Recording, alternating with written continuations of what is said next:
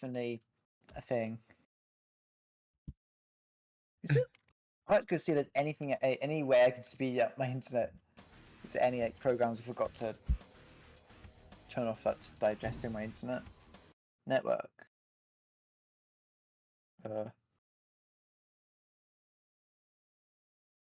There's not much. There we go.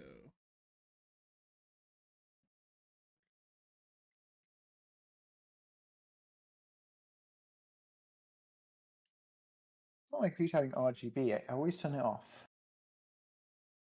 So my room, other monitors, it's pitch black. Let's get fucking Freddy Fazbear coming out of the void.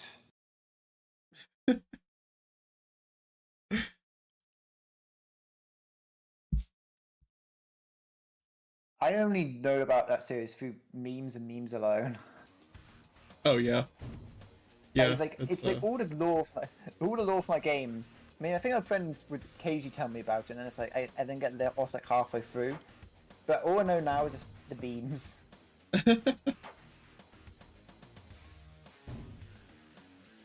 Me memetically, when I was says like a random kids property, like usually British ones, it comes from the fact that like it's just very obscure stuff that comes up, like a weird stuff, like weird pictures of Scarecrow recreations of them. But when it comes to like, something like FNAF, there's like so much material for the weird memes and shit.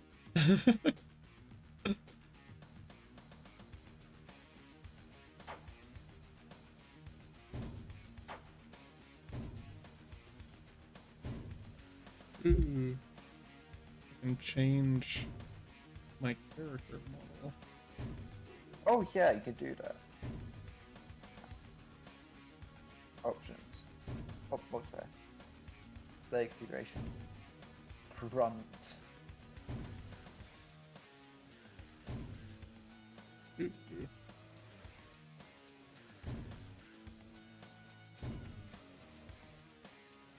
Man, there's so many cool skins.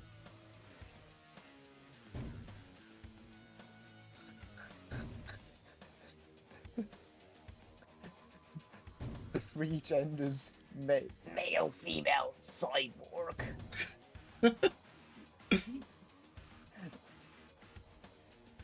This is a. I just like the fact that they had that as a complete separate category. This instead of something like, you know, just actually, yeah, it's model. Okay, so it's like a. So all just say model. Which, if they all use the same things though, that just means the female model is like has the smallest hitbox though, because the male and especially the cyborg one is just chunky.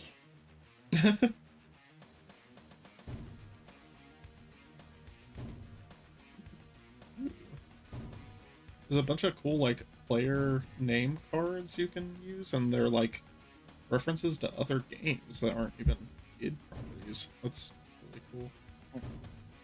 Yeah. Okay. I'm going to with some of these like the Night Dive did remasters for them, so you know like Shadow Man. Oh yeah, that's right. Yeah. But some of them are just like weird. Like what was Memento? The fucking I forgot. Is Memento Mori? That's what it's called. But it's the weird. I don't know what name it is, but it's the one. It's a sled game where you get your running away from a creature monster thing that falls you if you get too slow. If you're too slow.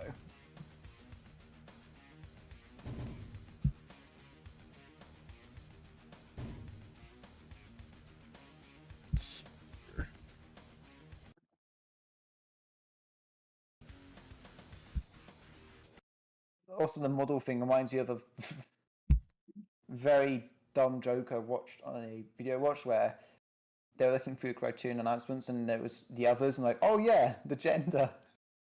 And it took the person a second to realise the joke. Mildly amusing. Go rep Night Dive because Baby, they're on the grind set mindset. Hey. Hell yeah.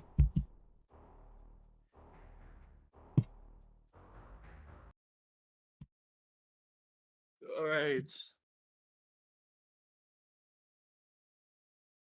We good? We streaming? Yes. All right. And everything is properly set up and ready to go. On my end, everything. All right. All good. Which map do you want to go on? Do you want to go on the edge or the X edge? I'm down with whatever. I'm not sure about any of the maps in 2 yet, or if they're like the same as any of the ones from the first game or what.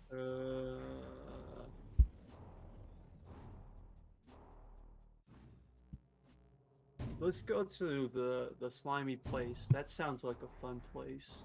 Oh yeah. All right. We ready? Yes. I think so.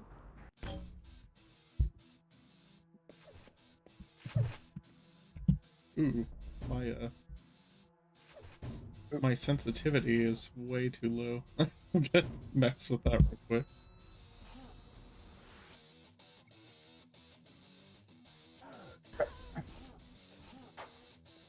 No, I do not want aim assist. I'm not gonna kill the standing still player. Sorry.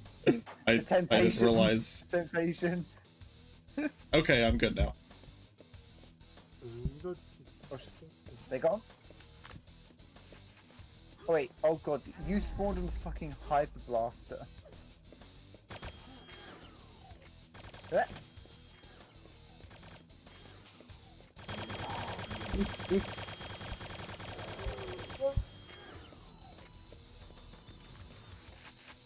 Man, this is it's kind of crazy the difference in gameplay feel from the first to the second game.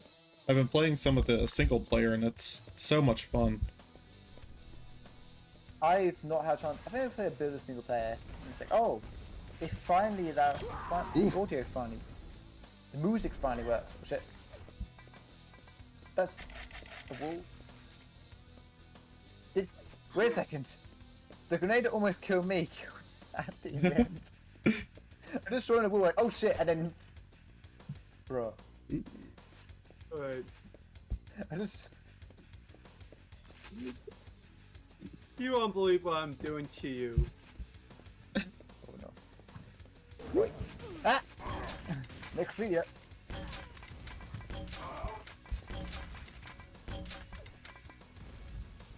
I learned what teabagging was before I learned the sex. And when I like offhand mentioned to my mum was like, it's time to teach about the birds and bees. Teabagging video game. What? Damn. Oh god. I died in hit of acid. This is Mortal Kombat shit. I chose suicide over the game kill. Oh. I was starting to do it. Oof. Let's stop. I did it. I wasn't there. Which map is this? What's it called? The slimy place. Hell yeah. What the? Ooh, super shotgun. Yeah, I went ahead and got this on Switch as well to try it out, just because I was curious how it played. I think it handles a lot better than the port for the first Quake. It's like really, oh God, really yeah. easy to get acclimated on the Switch with this one. Because I remember when I was playing with Scene that I had to like mess with the joystick to get the controls, the aiming to feel right. And like, Yeah. I tried getting used to it on the Xbox because I got on Xbox. So I was like, because I wanted to support Night Dive and I want to see the Xbox version was, and for the original Quake, and I couldn't get used to the gamepad controls, but I could just basic gamepad controls on Quake 2, even then on the modified Steam Deck ones. Which Well, and the all these Night Dive remakes and remasters and ports and stuff they've done are really they're almost always super affordable, which is super cool. So I try to buy them on multiple platforms when I get the chance. We had to run some errands today, which included going to the BMV and sitting in line for a bit, so I thought it would be a good opportunity to test out the Switch port. You know, Peppa, teach us a little bit about, are UK DMVs any better than like US DMVs? I don't. If I have been to anything similar, I don't remember. Mind you, I'm so early on driving. It's just like I think I get reminders of why I have like anxiety whenever I just touch a wheel of a car. That's fair. Right. Man, it took me years to feel comfy driving. I feel like I had to desensitize myself by like having to work a really shitty delivery, like food delivery job, like out of pure necessity, and that's like how I finally got over it. It was not for like good reasons or because I did it naturally. It was like I have to be a good delivery driver so I can have this shitty job. You gotta do what you gotta do in order to survive. Glad to not be doing that now. Yeah. God. I think it'd be less stressful if it was my dad being the, I wouldn't say not driving instructor, but sort of not casual driving instructor, even though it's probably less casual than any. Like it.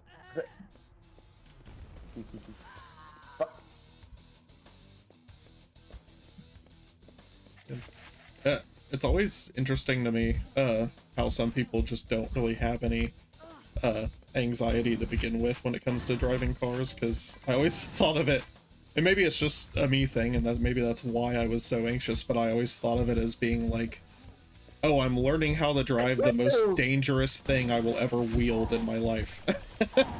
It could kill me or other people easily. That's American talking. Yeah. That's because that's the thing. Apparently, I missed this, but I never hearing from later friends later that we got shown like basically I don't know if they were gore videos, but they said like videos of like car crashes and like a bit of gore to like show the danger of driving. I'm thinking, it's one thing I don't need is to be reminded of how driving's. I don't need that reminder. Yeah, no doubt. About it. Like, have you all seen like that Russian brick car video? Oh my god, that is the worst shit in the world. Shit. I've managed to avoid it. Good. You don't even have to watch the video, it's literally just the audio that makes it awful. It's so awful. Oh god. Yeah. I thought I was desensitized and that was like my check for myself, and I was like, no, I'm sad now. It's just like the concept of like the Final Destination death, but real. I'm like, as well, it's bound by it's one thing like, oh, Final Destination death, it's Final Destination is like ridiculous, but then like, oh, that's something that can actually happen and it's fucking traumatizing. I don't know. Let's not think about that. Yeah, no doubt. Let's not think about what I already think about it.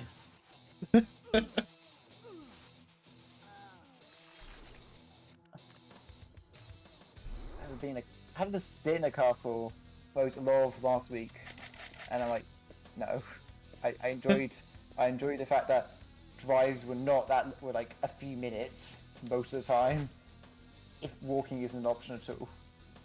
Yeah. Well, the thing too, where you live, is it set up? I'm assuming it is because it's not America, and that's usually the only prerequisite people need. But is it not really set up in a way where it makes it insanely necessary to drive? Because it just seems like here, it's almost impossible to live a normal pace of life without having to drive everywhere. Like it's ridiculous. Oh, it's yeah, it's one of the few places that you can.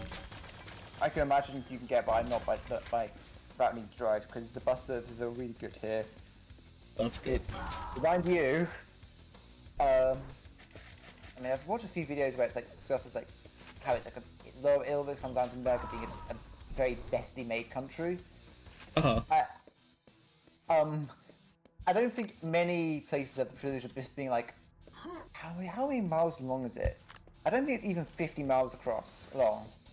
Okay. Across. Okay. It's tiny islands that I genuinely didn't know about until my dad was like, oh yeah, I've been there years ago. Let's go there. That's a nice place to retire.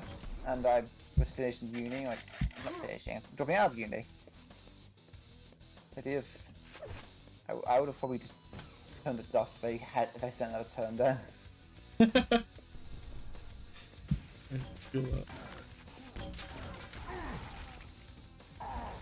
I was so happy. Like, I remember the weight of relief, like just the weight being lifted off of me when I woke up one day and realized I would never have to attend college or any kind of schooling again against my will.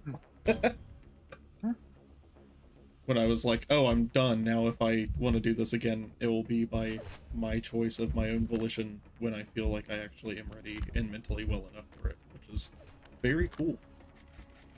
Autonomy is cool.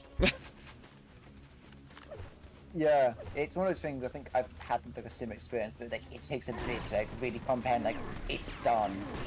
You know, in my case, more like it was. You know, the really fucking like rough. Alright. Okay, like, where did y'all get a railgun? Yeah, it's one of the first things I just happened to pick up. It's crazy. It's super powerful. Jesus. This map is neat. I like this. I like how like open and spacious it is. It has a lot of cool sight lines. But it's probably partially the remaster. I love the lighting. It's level. Yeah. I have briefly. Oh, there's a railgun. I've briefly tried the RTX one where they had like really fancy lighting effects. Yeah. Makes Quake 2 run worse than most modern games. Yeah. Yeah, I tried to boot it up for like a minute. I just was like, it's not, but I'm fine with waiting. I've only got a brand new PC recently, and it's. I don't want to get into complexities of like modern graphics cards, but AMD, the way they design their cards, they can do ray tracing quite well, but not as well as Nvidia or Intel, and it doesn't run as well. But unless you like drop the settings resolution, and there's a right when it gets like quick, compared to just playing the game at like thousands of frames a second easily. Why are you green, Candy? Why are you green? Where is it? Heavy weapons got anything.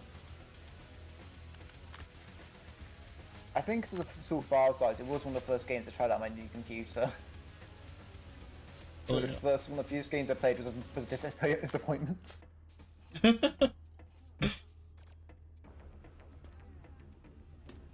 is good.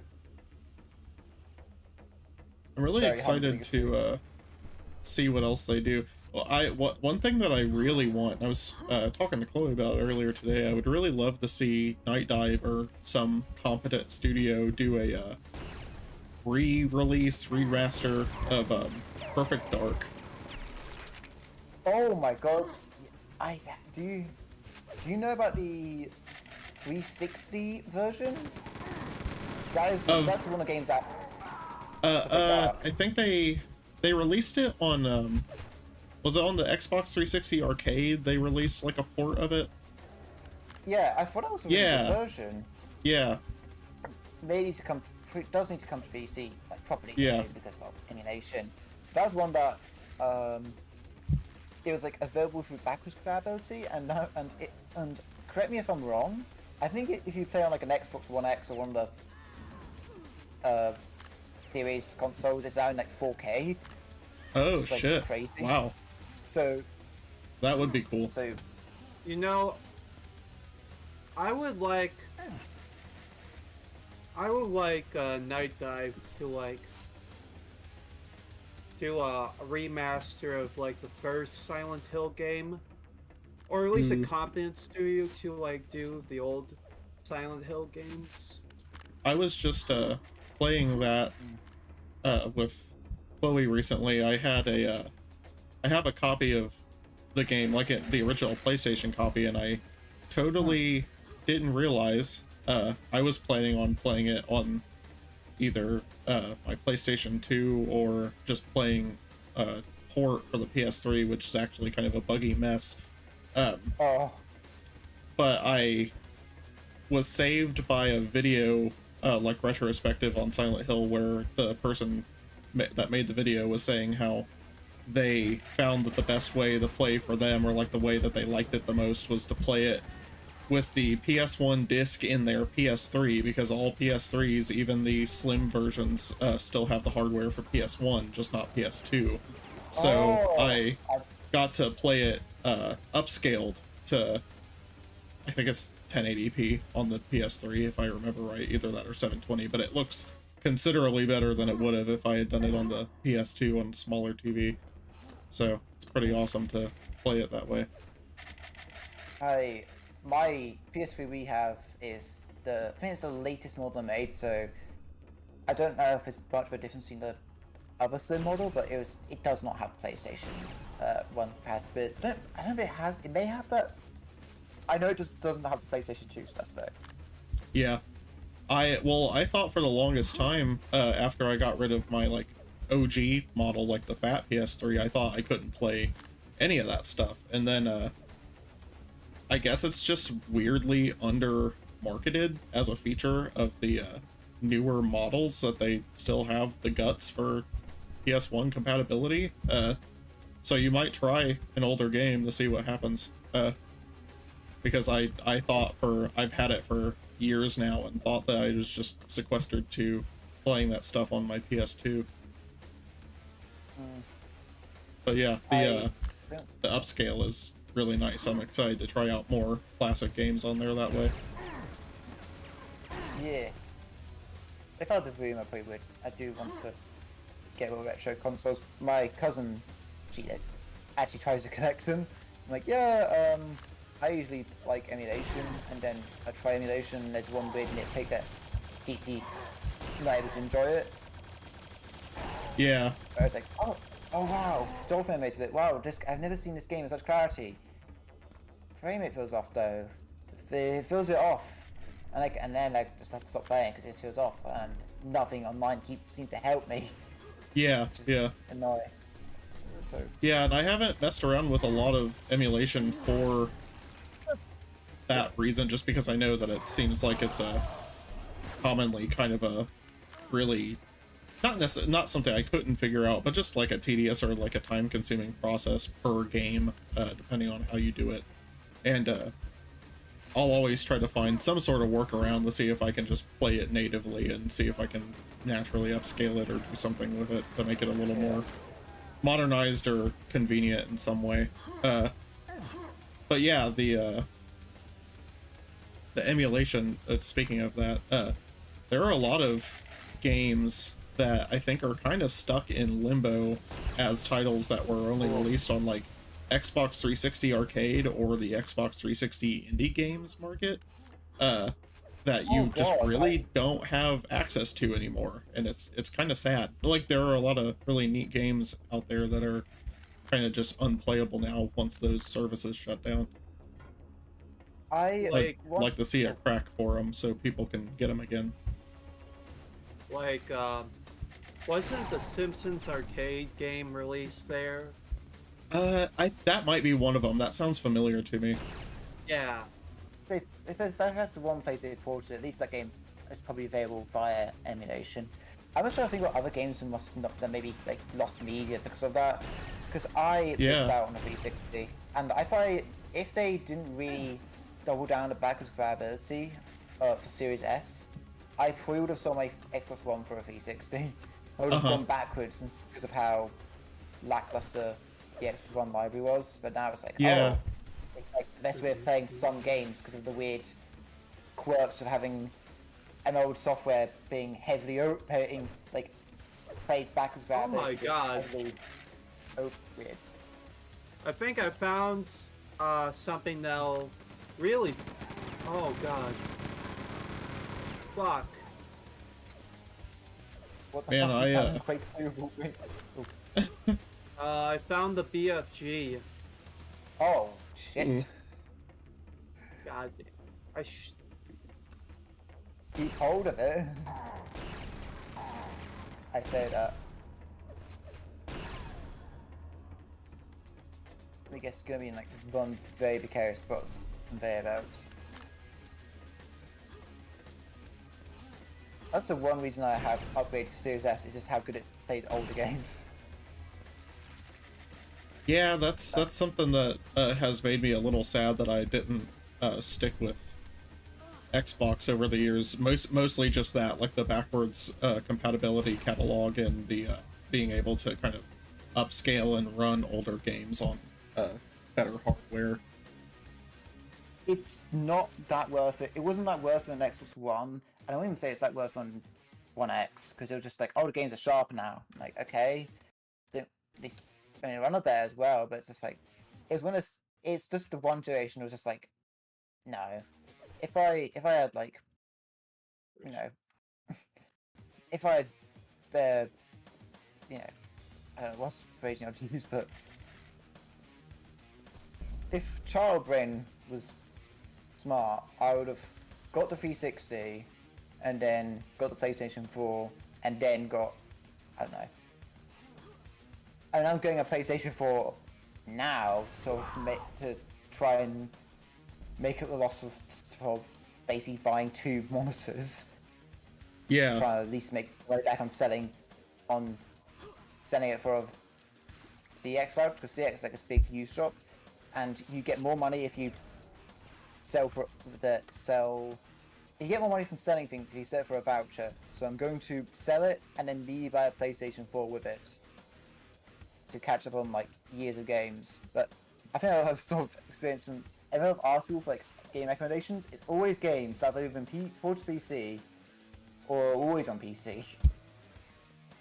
It's a very well looked after library, except for a few odd titles I'm trying to seek out. Like I picked up used copies of like Wipeout and I mean they're not looked after because you can play on PlayStation 5, but Wipeout, Resogun came. I already had a copy of Resogun, so I brought on PlayStation Vita. I think like a couple other games I've been picking up just because, you know, like, oh, they're not on PC yet. I'll play on PS4 in the meantime. They're not on Xbox or PC. Yeah. One thing that... Sorry. Oh, you finish. Do think I was going to mention was a lot of games I pick up for Xbox. I pick up because you can play them on PC as well, and that's usually enough of a bonus for me to just get them Xbox as well. And that's my main Xbox library is 360 games that also play on my PC, and the oddball like bad PC versions that are there on Xbox because PC versions that bad. You know, they're pretty on that bad now. Like I'm sure Far Cry 4 finally runs fine on modern PCs. Anyway, you were saying? The thing that is really disconcerting about the newest generation of consoles is that it just seems like, I don't know what it is. There's something about the way that the manufacturing process or the kind of the priorities that they have with when they're making these new consoles and things, it's getting all out of whack to the point where the actual hardware itself, like the especially the controllers, just keep getting worse and worse and worse. And that to me is yeah. very frustrating. Like they are starting to get to the point where you're to expect like stick drift and breakdown and having to replace controllers more frequently, and that with like all of the newer consoles. And it's kind of weird because it seems like that technology was pretty perfected like decades ago. Yeah. I'm not sure why it's going retroactive now. Because I'll be happy if say, okay, if I have to pay twice as much as I used to for controllers, because I got a 360 controller for my PC, and then it also works on, yeah, and I was like, and you know, the cable drive broke on it, which is a bit frustrating. But that was like after a long period of time. That's the one controller I had for PC, and that, but. You know, that was £25 what the US equivalent is. But what is, I mean, but like now console controls like £45-50, they've just stripped double in price. And if you're, you know, and if you're saying like, oh yeah, the stick drift and everything, like that, if I have to pay more, I should be experiencing less of those issues. I should be experiencing, actual upgrade, not a side grade to a downgrade. Yeah, because I'm still using, to this day, like the same PS3 and PS2 controllers and original Xbox controllers that I have had for years since I had those consoles, and they still work fine. And it's insane because some of those I've had since I was considerably younger, and I've never been like a controller thrower kind of person, but like I think when you're a kid, you don't really understand that you could potentially like throw your joysticks out of whack for like playing too hard in a game with like quick time events or whatever. So it's like I'm much more gentle on things now, and I feel like I have to be, and it's a constant source of like back of the mind worry that I'm gonna destroy a new controller because it just can't take normal play, and it's very annoying. Yeah, and one thing that's also quite underusing is how many times how long has third party, like not like third party cheap controllers, but like, you know, higher end third party controllers have had like back pedals on them. That's like a gimmick that Long's had. No first line controllers have had that. That's what, and I've actually had, you know, I don't often do like, oh, pick up the main party controller. I don't, because the ones that have back pedals are usually more expensive, or I don't really bother with them. But when I've the Steam Deck, which I think ever since I got Steam Deck, I'm like, okay, I don't think I'll get the Switch for like a while now, because I'm happy with this thing. And, you know, it's cheaper than getting a gaming laptop, and I'll probably use it more than one. But that has like back pedals, like four back pedals. So like, and I've never really thought about how useful they were until I got it, and then there are games where I completely just change controls just to make use of them more, how useful they are. But they just aren't used in this. They aren't. No first party controls have them. And I know that apparently the gyros probably good on PlayStation 5 for the games that use them, but I don't know. It's just I think it's ever since the Switch that's really been. I think the Switch is the one where it's like that's the one that has a really bad drift issues, right? That's the Joy-Cons are really bad. I made the mistake of playing the Resident Evil 4 port on the Joy-Cons, and because of all the quick time events and shaking the analog sticks sequences in that game, after one playthrough, my Joy-Cons were donezo, and I had to replace the set. Fuck me. Yeah. Which I know better now, so I only play with like a wired controller if I'm doing that. Yeah, God, that's just, yeah. I mean, because I'm trying to remember. Sorry, brain's not working today. You're good. Me too. Moving slowly. Stand still. God. That last hit you got on me got me down to like 8 health. We were trading them off well there. Hyper Blaster. I think I've tried to Switch a few times. I've just been put off by that. You know, I know there's loads of ton of games that are good. You know, Yeah, I think the Switch is really fun. It's a super cool handheld, and I think the novelty of it has not worn off on me yet. I actually do genuinely think it's a really cool idea for a console. But I will say I got mine as a gift from a previous partner, so it wasn't like I really had the choice to wait for something different for the same functionality. And if I had waited, I probably would have bought myself a Steam Deck instead. But I'm kind of in a place now where it's like, oh, I'd love to play around with it just from a tech standpoint, but I don't know if I could really justify having two handheld consoles when I am barely ever in a situation where I play handheld games, you know?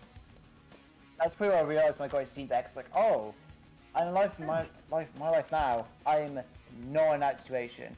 Compared to the hours and hours I would have had if I got as a kid, like, yeah, that's right. the voice. But if I time travel back, I would have fucking time travel back and give myself that. Like, yeah. Holy shit, it would have changed my fucking life.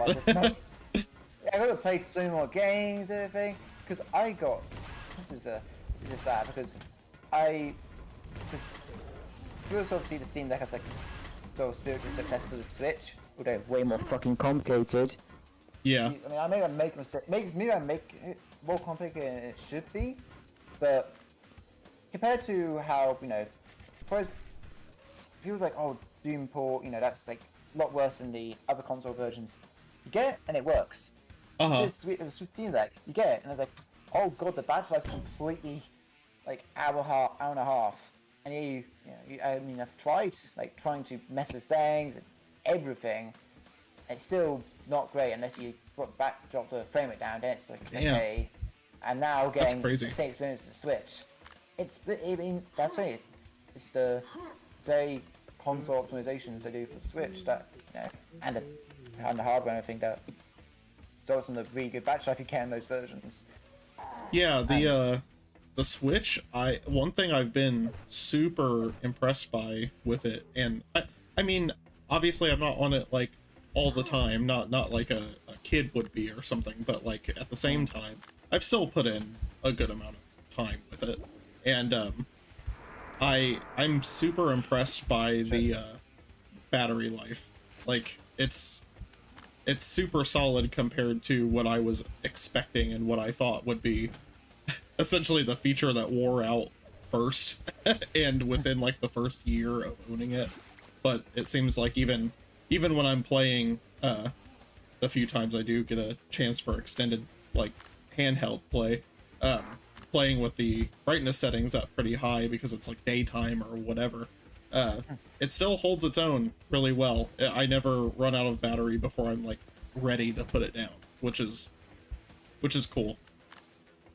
Yeah, I think they one of the like slight revisions they did to it was the battery life. They put the Switch Lite chip into the old Switch thing, and because it has more room for a bigger battery, it's like, oh, it has better battery life than it originally had. Or Switch Lite has the same battery as the original. Because I mean, a lot of friends give me shit for wanting one until I just didn't want it in the end because. Where are you guys? I don't know. I mean, we constantly killing each other, so we keep bouncing around. Yeah. I was gonna say like in the big silo, but this whole map is big silos. It's interesting how vertical this one is.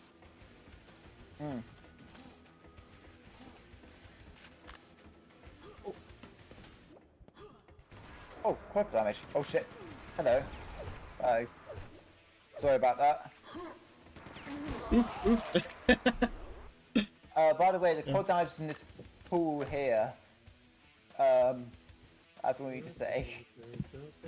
I did run into it earlier, and then I did not find anybody in time to use it. Bruh. swear there was like one of the Quake games, or maybe it was Doom, where the core damage was actually just a foot, like 3 times damage. It was just like, it was like, I hear someone. bruh. I was playing Unreal Championship earlier, and they, you know, they have the quad damage essentially, but it's just called double damage instead, and you glow purple instead of blue. But it's like the exact same thing. I swear they have. I haven't really looked, but because I've heard like it's it's a multiplayer game, so you can't need multiplayer. Though, isn't it a case where they still have a single player in Unreal Championships? I'm not an expert of Unreal, so correct if I'm wrong with the I was playing it on original Xbox and it was just bots, but I don't think the games are on PC. At least I didn't see them on Steam. I don't know if they're anywhere else, but I they would removed really them. love to see those God! redone. Even before that, I'm not sure if they were, but yeah, God, they've removed them. So piracy or funny an old copy. I mean, Yeah.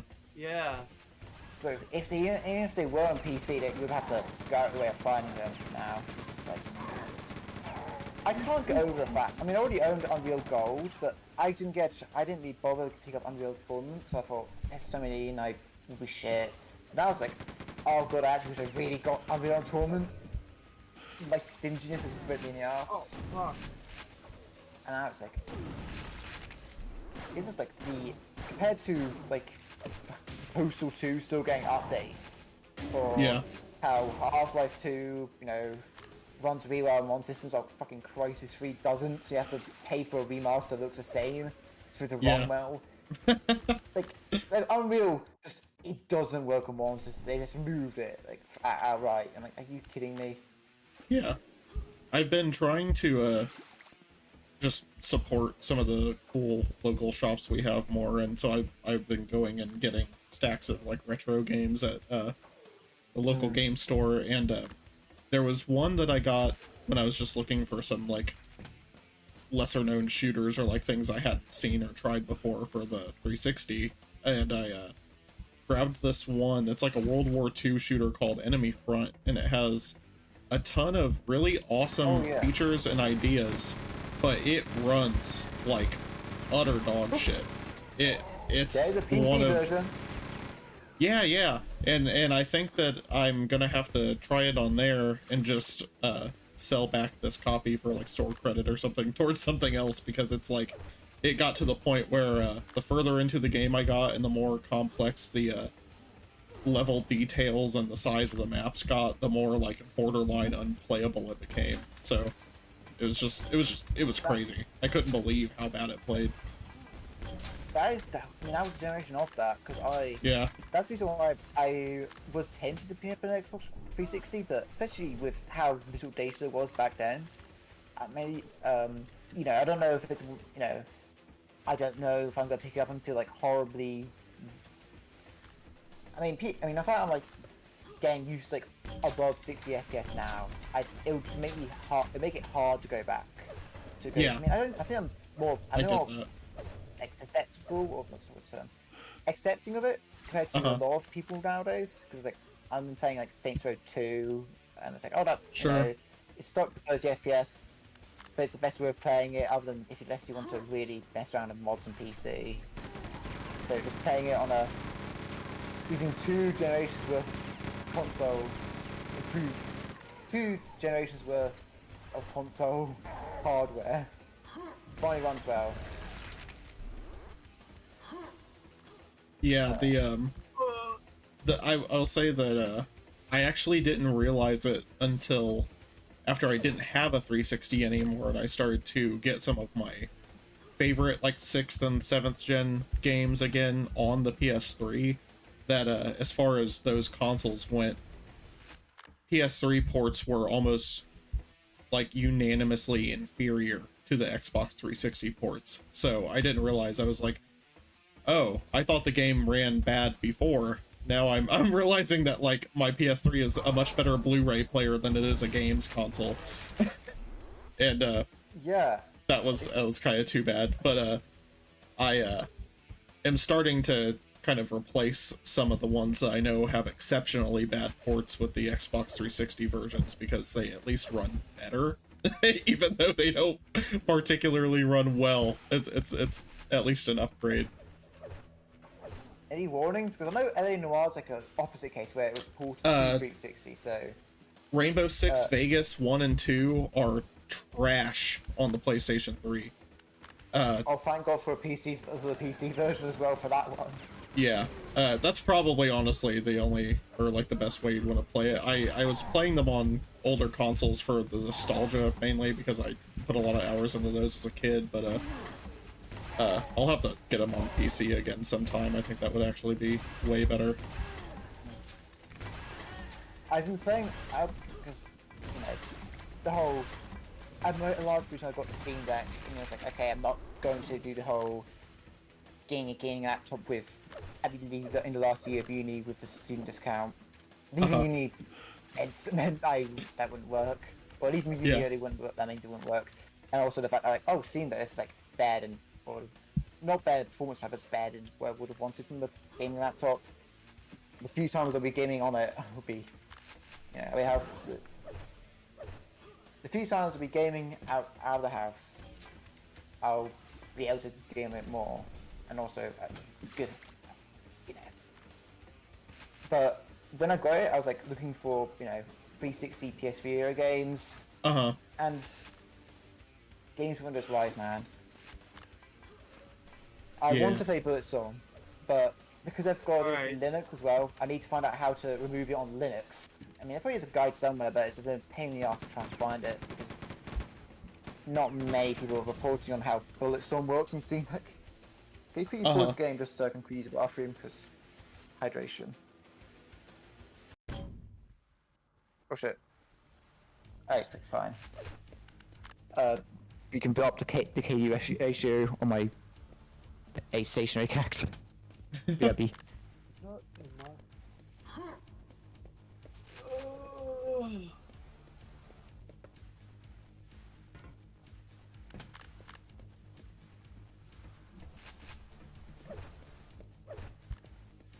How you doing, Drew?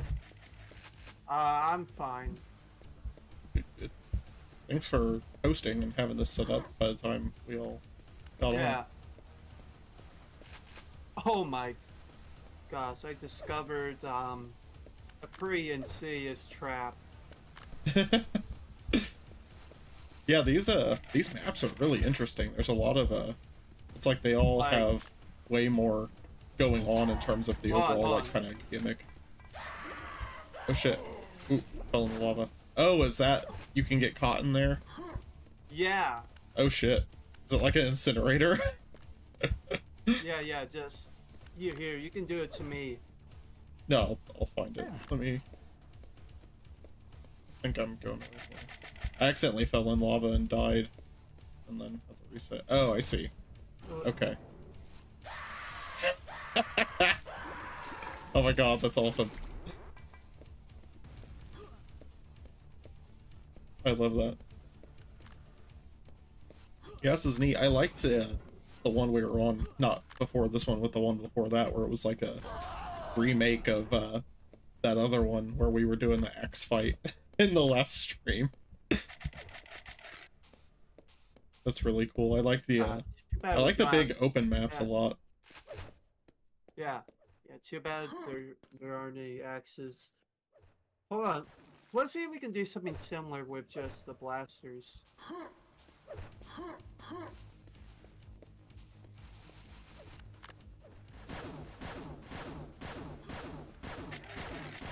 Oh, fuck.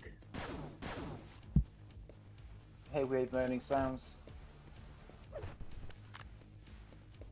It would be very funny if I got quad damage on the fucking blaster. Pippa. I'm back. Hold on, just put me in here. Oh. Whoops. It's interesting that the quad damage like drops and you can pick it up from people that drop it. Oh my. Yeah, that's That's Is it? pretty. Does it keep Pretty it baller. keeps going? Oh. I'm sorry, I picked up and it immediately just ran.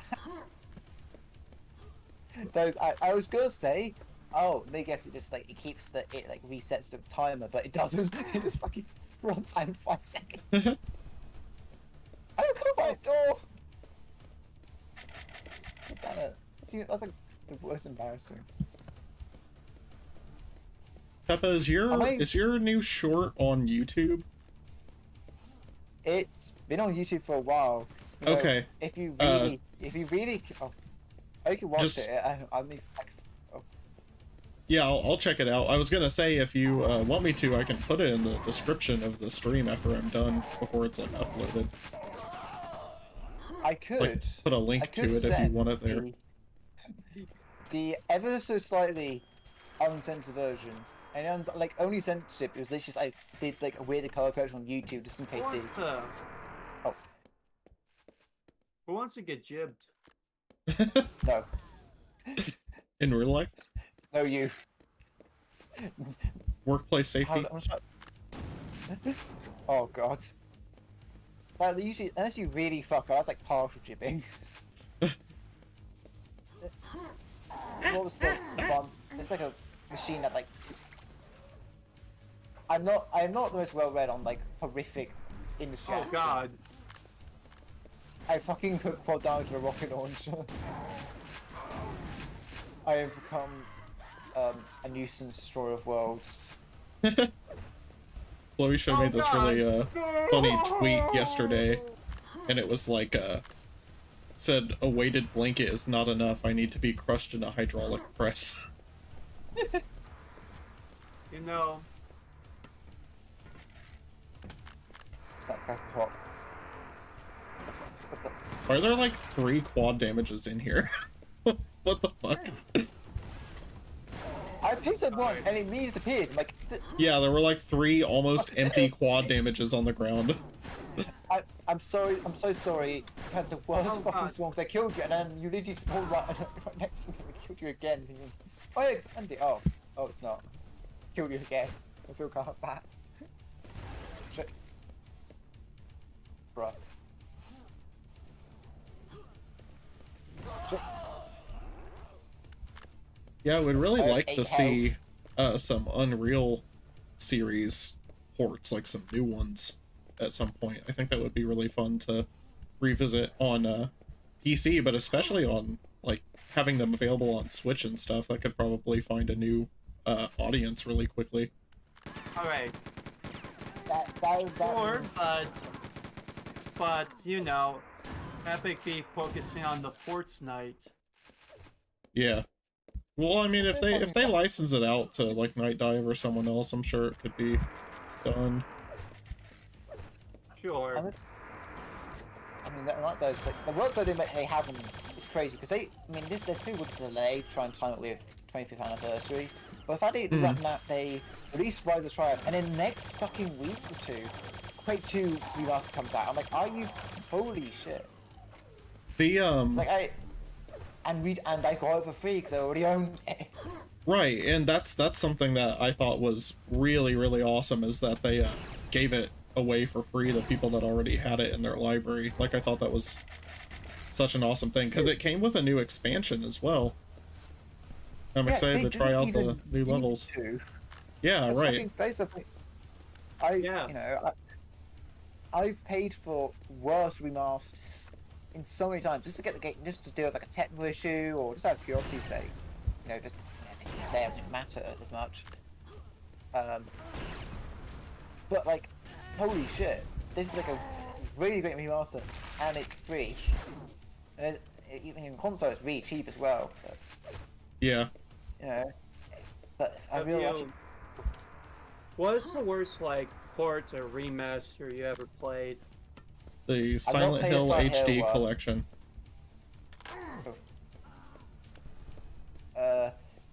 I'm gonna try and I mean, I've played port when it comes to like, I've played a Saints Row 2 PC one. I didn't experience that many issues, but I didn't play it for that long compared to the 360 version, which I actually put hours into.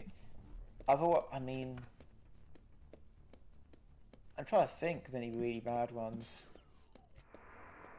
Yeah, in terms of functionality, it kind of sucks because in terms of the aesthetics or just the treatment of the game, I think the Silent Hill HD collection, in terms of just being a really shitty, buggy port, probably the Silent Hill 1 digital port on the PS3. It's just like the Marketplace edition. It just has a lot of really weird issues.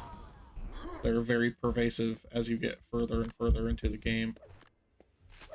Oh god. Well, PS1 game as well. Yeah, it just wasn't handled. I don't know what they did, but they just didn't handle it well. It wasn't even like, it wasn't like a remaster by some like other company or anything. It was just like a really sloppy port, I guess. Like they just fucked something up royally when they ported it. Yeah, god. Oh yeah, they like replaced one of the text with like Comic Sans. The Sans. Yeah, the Sans.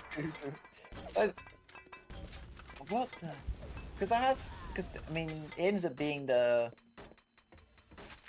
I tend to even play the GTA San. The version of GTA San Andreas I put most time into was the mobile version. Uh-huh. Before the Switch came out, I was ahead of the game. The Nvidia Shield tablet, which Nvidia basically abandoned after a few years. It's great. I love having hope in Android. You know, having actually being a good game platform. Yeah. You know, and there's actually quite a few nice source ports on there because first, you know, there's actually quite a few people like put like Quake and stuff and Doom and everything on Android, but you know, and they actually doing quite a lot of good ports on it, and then they just gave up. And Yeah. I mean, Nvidia's Shield is a good 4K TV player, but like I'm gonna actually like tried making. I don't know. I just remember once Linus Tech Chip said that he was like, oh yeah, I see a future in Android gaming with Razer and Nvidia, and not in Linux gaming. No, that would go nowhere. Yeah. Steam Deck comes out, Windows keeps having more and more issues. At least he didn't say Mac gaming. Yeah, it's really too bad. Like, I think one thing that's an unfortunate con to how quickly and exponentially tech is progressing is that like nobody has a like specific goal orientation or direction in mind now. It's just everybody throwing stuff at the wall, seeing what sticks, but like even more than ever, like in directions that didn't really have that before, it seemed like gaming was trying to go for whatever the next thing was, and now it's just everybody kind of doing their own thing and then hoping something works out. And yeah, I don't know. It's messy stuff. Especially for people who invest a lot of money into that stuff and then it becomes like abandonware in a few years. Oh, yeah. I mean, there's the whole generational. I mean, it's kind of cool the fact that, you know, it's like, oh yeah, but you're seeing at the end of generations, you're really seeing like hardware being every single bit last drop is being squeezed out of the console hardware.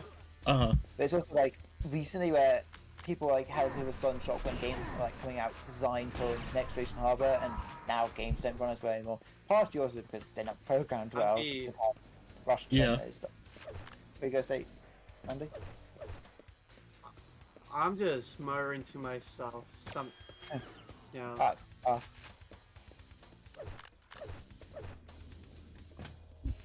when I was getting on PC, I was like, what next generation games are there? And don't remember what. And I was like, oh, there's none. Hogwarts Legacy, even though I'll never play it. It runs like shit anyway. This will run the least. It run the least shit this way. Okay. Well, that was like I had basically doing up complete nothingness when it came to picking my specs, other than how old games ran. Like okay, I'm just basically having to make a guess on how games will run in the future. They were like, so hopefully I've not made a mistake. Right. yeah, it's a. I'm lucky to have a decent laptop that's gaming oriented, so that I can do all my different projects on it, whether it be gaming, art related stuff, video creation, etc., etc. But I am dreading the idea that it might crap out on me at some point, and I would have to probably fork out a lot to rectify that issue. So I try to take as much care of it as I can. And before then, I was always like a every other type of tech person, but I was never. I guess really it wasn't because I have an interest, but my family was not into computers or anything, so I didn't have the opportunity to kind of get into that from a young age like a lot of my peers did, but they've helped me catch up a lot in understanding how I could build my own if I want to go that route, which I probably will eventually, especially if I keep going in the directions I'm going now creatively. I'm definitely extra money. Everyone vanish. I can't. Yeah, I'm running around in the dark by myself. Me too. Hopefully I can test this BFG on someone. Oh, that's grand. Guess who also has one? Oh God. Guess who also has one? It's just gonna be like pepperoni nearly dodged Andy's BFG. Andy nearly dodged me. It'll be. I hear footsteps. That's no footsteps. I don't. I mean, I don't really. I don't really follow gaming channels, but it's like there was a whole big thing about a certain specific. Oh my god, I was joking, and now that literally just happened. Anyway,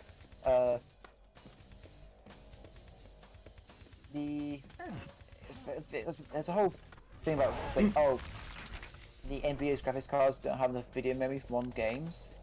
It's like, and it's so I don't know. I'm trying to get into too much details because it's long and ended up actually being partially exaggerated, but partially was an actual issue because having the same specifications as my graphics card from 2015, I sort of warning signs were all wrong, but still, the fact that. Oh God! Wow. Sorry. I'm out of BFG ammunition, so don't worry for now. Well, guess who has one now? Blind fire rocket. I'm so sorry. Oh, that was like not. Alright. Insult hit the wrong person. I really love the just the standard machine gun in this game. It's very satisfying to use. It actually is. It's not. It's just one of the many weird things they did for the Rise of Triad remaster. Apparently, is they redid the sound design to make it sound better. And there's obviously like many things in that version. But I need to check that out. Just like, I've played the demo. I guess for me, as I'm always super stingy about everything, I'm waiting on a slightly bigger discount. But then again, right, I may just bite the bullet because it'll just be like 25% off or 33% off in the next sale or two. I may just bite the bullet just to support Night Dive because they are doing good work. Yeah. And a lot of it. The only thing I've heard that was a bit of a misstep, I don't know the exact history of reason why, was apparently the port of Blade Runner had issues. I don't know the full extent of it, but oh my gosh, remember they did a System Shock remake this year. It's like that. Yeah. Oh man, I need to grab that really bad. I actually really want to play that on the channel. I think that would be a fun time. Oh fucking Jesus Christ. I was dead.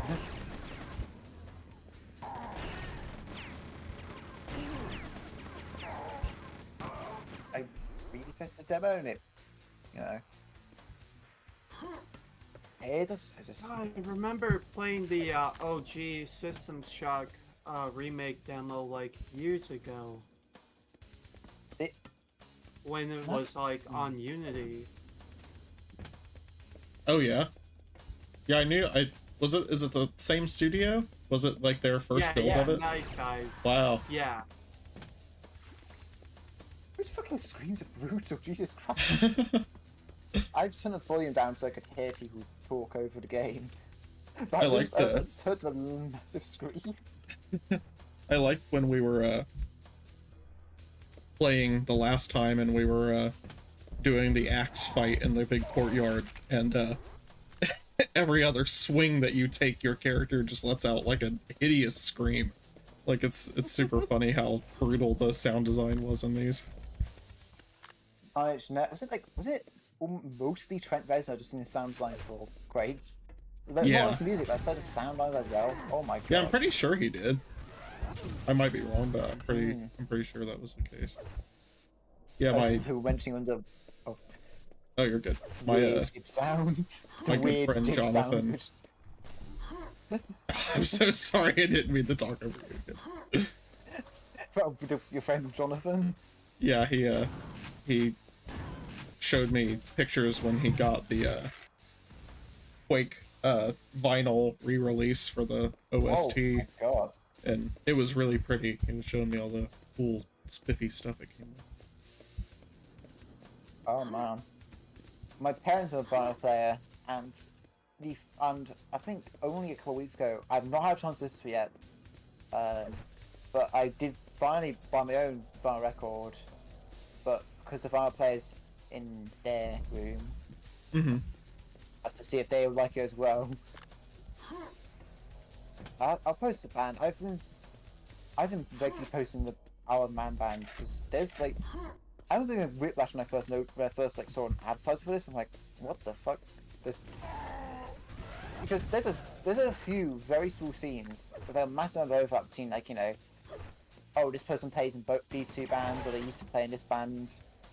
But there's like a punk scene here. It's like a lot of the bands I'm like interested in are all like punk bands. I think like, as a metal band, I've listened to a bit of. Maybe listened to more because I wasn't the biggest fan of the song I heard, so maybe just in case where it's the wrong song. But a lot of bands I like are all like punk bands. Like, this is a weird as it seems to be the scene here. I remember finding, like, when I was looking into the Pride association group thing that was like briefly there before internal drama happened. There was I was like, oh, the Iron Man has a drag queen, and then I found out there was like a drag group, and I've definitely mentioned the fucking story about they were planning to play at a pub, not a pub, a club. That I was like, oh, am I gonna be busting in if I go to it once? A lot of it seems to be like a watch long where I'm like, okay, if I watching like a random episode of RuPaul's Drag Race would be watching like Marvel's Endgame without watching any of the previous films that I almost did. Yeah, I watched at least fair. a few of the films before watching Endgame, but not the Infinity War. Do you know Unbox, Watch, and Review? Oh yes. Yeah, he actually watched. I remember one time he said he watched Endgame on TV once, and he almost like started a series about watching all the Marvel movies. I would be curious because, you know, like, what would that'd be a long reaction series because I think how, especially recently where they've like been putting out TV series as well. Like, I'm like, I've given up. Okay, I mean, I've rarely watched Marvel.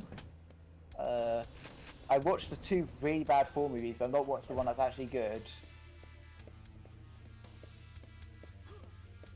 No. For a second, I thought you were gonna say he was thinking about starting a series where he just reviewed the TV versions of all the Marvel movies, which would be interesting. They're all cropped to 16:9. They have like weird commercial breaks. Because there was like when I was back in England to play, place we were staying, we were limited just to TV programs, and it reminds you of how, for as shares Netflix and all this stuff, everyone's saying it is. nothing really as bad as like daytime TV. It's all I'm just getting used to the weird stuff like, oh yeah, you're playing this? Oh, I basically the last few minutes of the program, you know. Oh shit, I forgot to watch the Louis through docu on like, oh right, insect figures. Oh wait, it's the last few minutes of it. Great. I love missing this program again. I'll have to catch it later. Yeah. I did at least finally fucking catch The Death of Dick Long. I've been waiting to watch that movie since I heard the title. I watched it and I really liked it. And I'm gonna try and tempt their parents into watching it without telling them that it's based off the Mr. Hands case.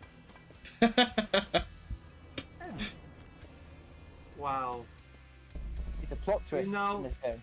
Oh. Imagine trying to explain the Mr. Hands case to your parents. I really... They mentioned... I was at a wedding recently. That's partially why I was back in the UK. I was like see family and friends.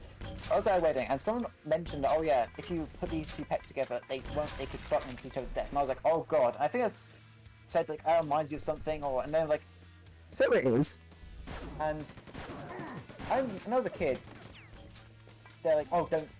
You ever had this thing where someone says, oh, don't, I'm not going to tell you what it is, it's too graphic, and then they eventually tell you or they never tell you, and like, either you imagine something significantly worse than what they would have been referring to as like a kid, or they end up telling you it's like significantly weaker than it will be. And I was like, you know what, I'm going to tell them what it was, and it was the Mr. Hands case, and like, oh, I probably didn't explain that well though. I think I said a man and a horse, and they died. I mean, the funny part is the fact that it's the karma of it. Say, well, this is just the guy who's famous because of it.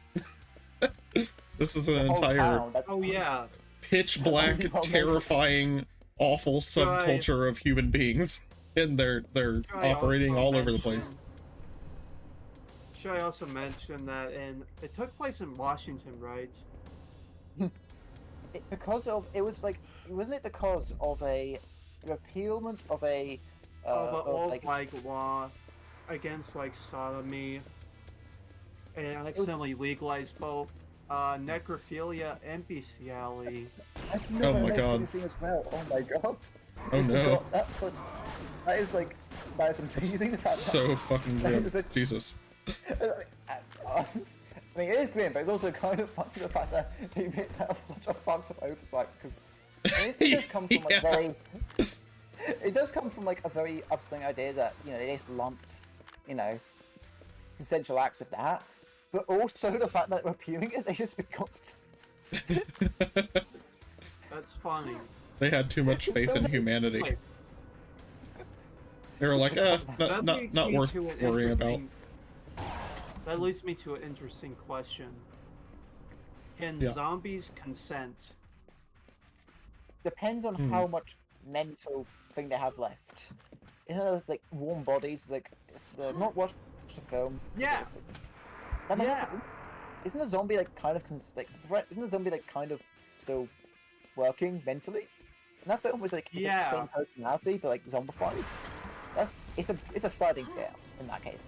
Isn't there like a furry thing where it's like the furry creature, how like it can consent if it can vocally consent in the same language, then it's like consensual. This fictional creature can consent. Is fucking a reanimated body still considered necrophilia? Good question. I mean, morally, does it matter if it's like the same? If the reanimated corpse is like the same person? If it's like mentally, I remember hearing a story about someone who the police said that they can't consent to having sex with anyone because they were mentally underage. That brings a horrible question, because like I mean the funny concept of like being like, oh haha, the police can't go and have sex, but then again that kind of does bring into a kind of this is too much for a brain to consider. You know, it's too deep of a question. Oh man, yeah, I forgot that you were still play. Yeah, you're in a way later In time than I am. And I would I find thought a way I of was. staying up to I would find a way of staying up to an awful time anyway. And when it comes to this, my brain, I think my body just goes to like autopilot, low power mode. It's like, oh yeah, Yeah. play computer. Like, the body just doesn't use any energy. Yeah, my. You know, something about these games, my mind just goes blank when I just play these. I just like In forget mode. to speak. Oh Yeah, I yeah. could just go forever. Even non-verbally, I could just go forever playing a FPS. Is it awful? I just remembered something.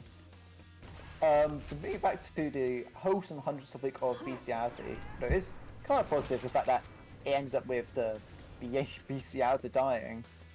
The this Yeah. landscape apparently wasn't the only case I've heard of where someone gets a karmic death from an animal. Apparently, I don't know how true this was. So I heard about when I was heard about this when I was a teenager in a random top 10 video, and I apparently don't think it was even that phase. I was like, huh, karma, I guess.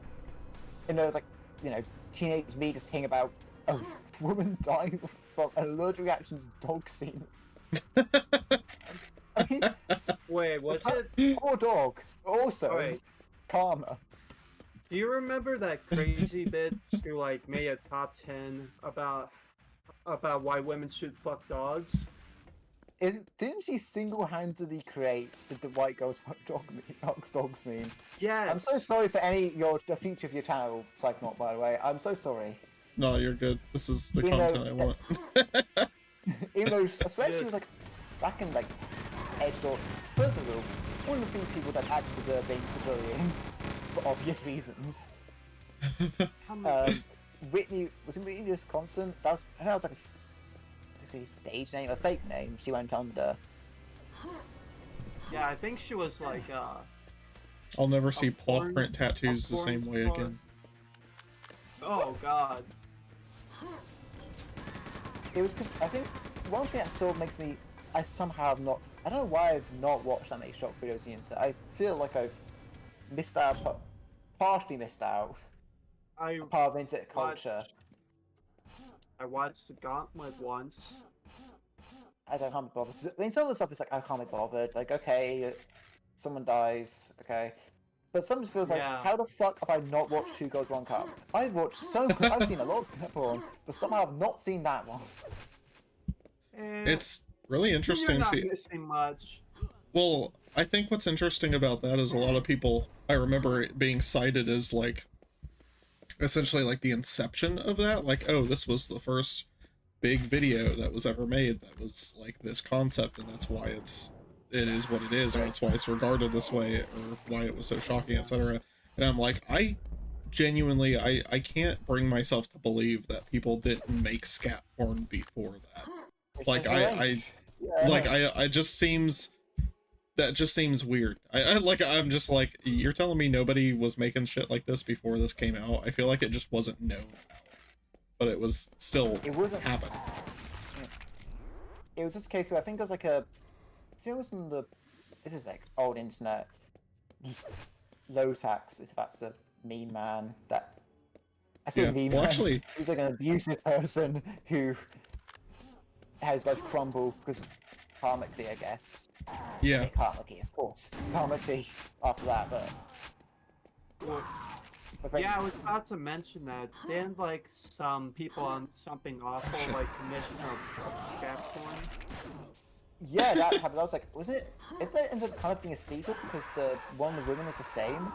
I don't. Yeah, I think it had the same women as Two Girls, or like it was made by the same guy. It's like with I don't watch a lot of, I think I've watched like junk content. My brother was showing me my brother was like a patron of, saying that way sounds like a religious thing, of H1 guy, and he was showing me an early video, a work in progress video of his, and he was mentioned a channel that was like, that I watched a few videos of, that's like in the background. I'm like, and thank God I didn't become like a massive fan of support of that channel, because it was literally just, it was the laziest content that I didn't, that I think the name was Fang. It was a pyramid character. But it was basically just like the laziest reading out stories content. But with Wang, just Wait Wang's a videos, minute. I'll find the Your channel in main a second. character? Actually, give me a second. Ignore my stationary character. I'll remember Oh, the I'll channel's find name. it. Don't worry. This map is a Jay, death pit. it was the best way of describing her was she's a purple pyramid head woman. Oh, Illuminati? Oh, Yeah. Yeah. Oh, Latest God. content Jesus. creator. Fucking Dangerous. sociopath. Oh, God, I Absolute don't know half nutter. the drama. So you tell me Yeah, the half she's a the nutter. backstory drama, because I knew about the plagiarism borderline. But She's just borderline. she's just been like really awful to like everybody that's worked with her directly and takes like weird narcissistic ownership over nonsense shit, like giving people advice on how to do an effect in DaVinci Resolve or like whatever. Like it's super stupid. She's just Oh my God. a total That is overblown like ego personality run amok kind of a person.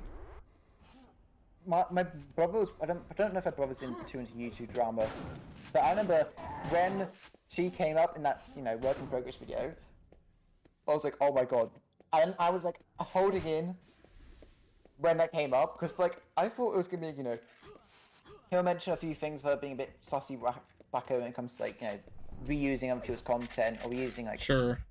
rereading like documentaries and stuff and citing it's a whole thing Yeah. with her, but I thought okay I don't know, okay, this will be come up and then it'll be ironic because she did that, but it was like he kept finding more and more ways of her basically seeing content and not like came and like quote unquote citing it, but like not citing it how much as she actually used.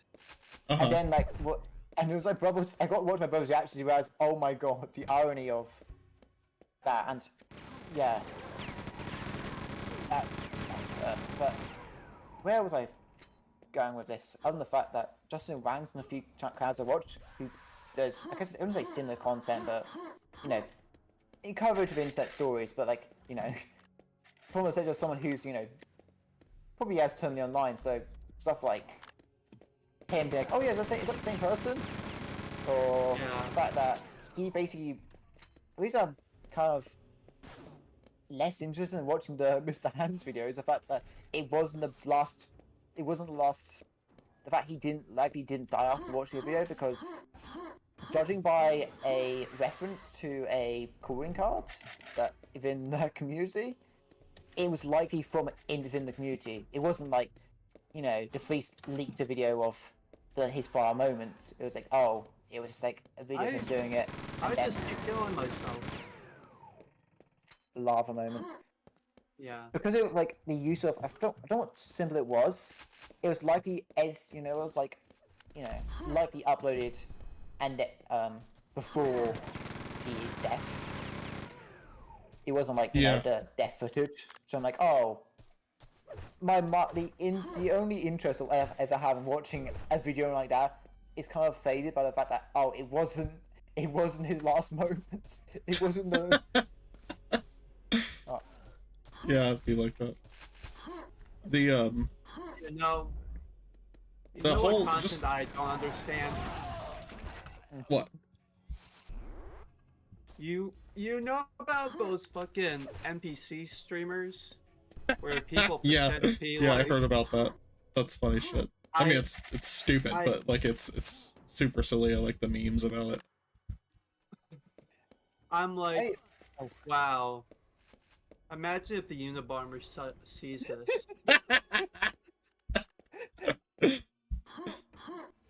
The Unabomber died in prison for this. That's what made him commit suicide. He found out about NPC streamers. He found out the internet, and then he heard about the internet finally, and then that's it. He was done. I did actually do that once, where basically I was just walking back somewhere, walking back, and a bunch of like kids said high five, and I don't know where their hands have been. I don't know where their hands have been because I don't trust their hands, so I just like said I'm an NPC. I don't know how to interact and walked off. So I didn't know what to do. So I just said something stupid and walked off because I was like, how do I do a funny whilst completely ignoring a high five? How do I socially say no to a high five in a funny way? Right. Because I don't. What if they had like 2 hands? Just tell them that you just finished masturbating in a back alley. They were young kids. They were like, okay, they weren't that young. Okay. You know, like they were like Gotcha. young. Yes. They were like tweenish, 15ish. Well, then they you probably have- would have been the types that. I'm surprised they didn't say that to you. Just yeah, say good that point. they have braids. Especially if they were There's, like- boys specifically. Yeah, they were. Yeah, that's pretty much. Just I mean, youngish. God damn it! Me and this I fucking mean, lava. yeah.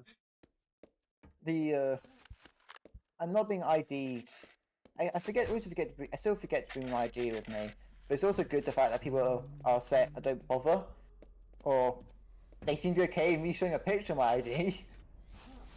I had a bar, our brother term is, and they were like, "Oh, ID, you know, I swear you were fine early. You swear I've had you before, and you were fine. ID, I guess." And I was like, "Okay, here's my ID." I'm like, "Oh yeah, you're fine. Yeah. Right. I'll bring to bring it next time." And like, "Oh yeah, here's my ID." I'm like, "You're still fine."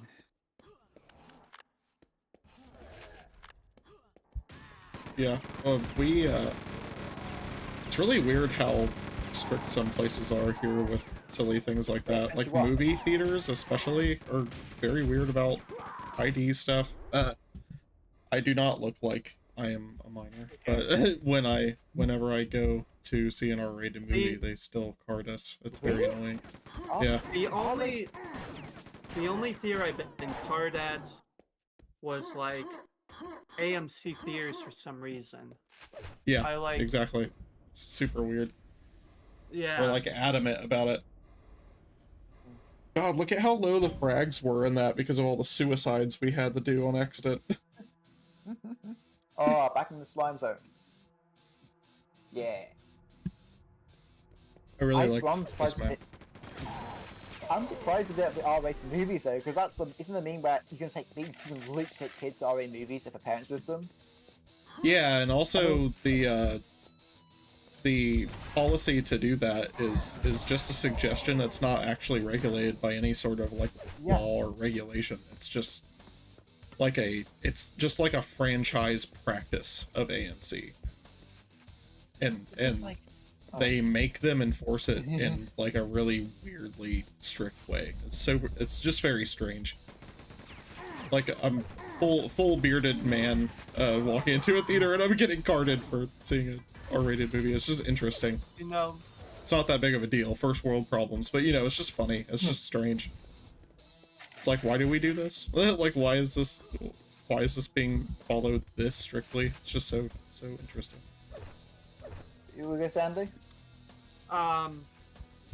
Alright, so I have a thought. What if Barbieheimer was a huge mistake, and we might have accidentally opened a Pandora's box of shit? Yeah, what do you mean? You know, well, since that Barbie movie made a shit ton of money, they're gonna make like fucking 20 or 30 fucking movies based off of several like Mattel properties. Oh yeah. And they will not be like a commentary on. I mean, I was going to watch Barbie, and then the concept of watching it with my dad. I mean, my dad's kind of cringe. Tom's alright. I mean, my dad's right, but he's also he's a bit of a. He probably is doing it partly to annoy me. Whenever he says anything cringe, it's also likely to annoy me. But that film, but again, I've also heard that film actually like. I mean, there are days it doesn't really matter if it's actually making a good message at the end because people because certain groups will make the worst possible reading, you know. But from what I understand about film, it's like kind of making a commentary on Barbie. So it's like, actually, that's what interests me. Arguably more than Oppenheimer, because one, it's just 2 hours long. The other is 3 hours long. An extra hour. Oh no. Not been to the cinema since 2019, because nothing good is showing. Yeah. We don't have any good cinemas near me. It's partly because of COVID, and as soon as COVID really stopped being a thing, I, you know, wasn't there. I was even there like an even worse theatre now. So it's like, oh, Batman looks good. Oh, it's already out of cinemas. Fucking great. Love that.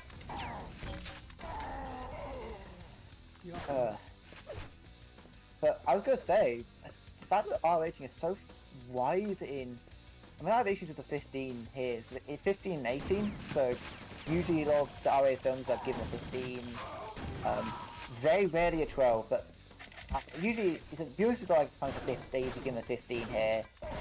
Occasionally 18. If there's like a lot of violence or the word counter said too much for some reason, and very rarely a 12. Like apparently, Nomadland was like an R rating in America. I'm like, what the fuck? I've not watched the film, but that's like a incredibly ridiculous example of that. Imagine yeah. Hold on, I gotta do something. Oh, sorry. Oh, sorry. You forgot. But that's like it's so flexible. The idea of bringing kids to an RA movie sometimes doesn't even seem like a bad idea, because like if it's just fucking swearing, are you kidding me? Yeah. There's so many films that are like 15 or you know that because of swearing. Rosie was obsessively looking to BBFC. There are a few examples of what just that. Like I think that's Daniel Blake. A film I am less ready to rewatch than August on Grand Morning because of how fucking sad it made me. It's good. I recommend it for the film, but that film 15 because the fuck has said a bit too many, a few too many times, and someone says the word cunt. In like an offensive way, really. Yeah, sure. Like, oh, that's it. Okay, great. I mean, not sure if I have much interest for 14, 13-year-olds, but that really it. Right. Have you been to secondary school or been to? Have you been to school? Sorry. Yeah, it's interesting. I've always thought rating systems for anything were strange. It's really strange how different it is across different forms of media too. Like these standards are so different when it comes to the ways that people rate and not necessarily censor, but just kind of like put the context to and discuss the context of the same kind of content, whether it's in a book or a movie or music or a game or whatever. Lack of books, which is, I mean, that's quite amusing to me, I guess. Yeah. Because it's something just is interesting to me. I like the idea of it, but it's just the fact that how it's implemented is always an annoying issue. I mean, it always ends up resulting in censorship because they want a bit more money, to squeeze a bit more money, and if it's a borderline, then yeah.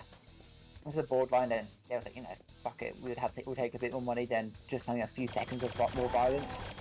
Yeah. Like a well-known example was Tenet was censored here for domestic violence, and I mean, it wasn't because you know, oh, we can't release the film.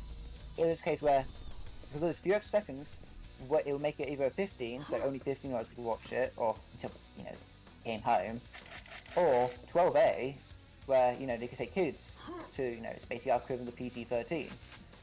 So because of that, a few seconds more violence, it gets the same violence you know even the censored version, but because of that, it's you know, that's how it works. So that's my main issue. My main issue with rating boards is it just results in censorship either way. Yeah. If it just means having more money, but I agree with the concept because I do kind of want to, other than the me being more interested in anything on the 18 rating, I didn't find it just because the can't just use more. It's an old film. I do kind of agree with the concept, and it does interest me because I remember spending like several months researching the UFC, and actually kind of was how I learned a lot about, you know, I probably didn't have a small amount of knowledge from whole reviews and stuff, Alright. but I'm gonna do some food ASMR for a little bit. oh shit.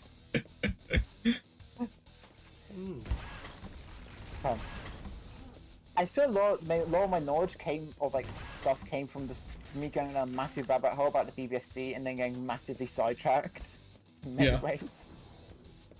So I just have an encyclopedic knowledge about the British Board of Film Classification, a few other ratings as well, but mostly the UK one. So if there's any interesting examples of the MPA, I wonder if there's you remember. I may remember the UK equivalent of that, or UK. I don't know. It's the MPA now, isn't it? I think so. Yeah. Yeah. I think it is.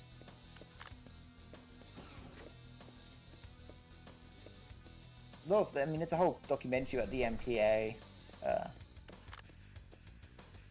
and even though, apparently the director said that he prefers the UK system, which is quite surprising because until like I think a few years ago, Sick was censored here because, but it sadly isn't now. But it's also out of print, so great. Huh. The Bob Flanagan documentary was specified. And now, CBT uncensored. Oh shit. No, I fell. Damn. Just gonna have to take the L on that one. I'll be right back. I'm gonna grab a water.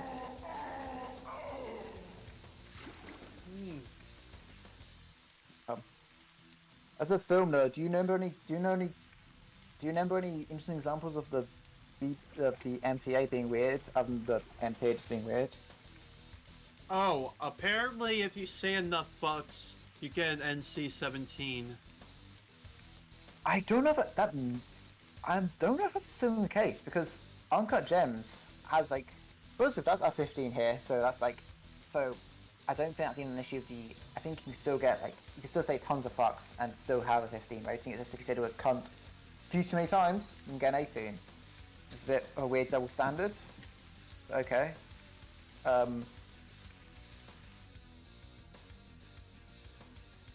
Yeah.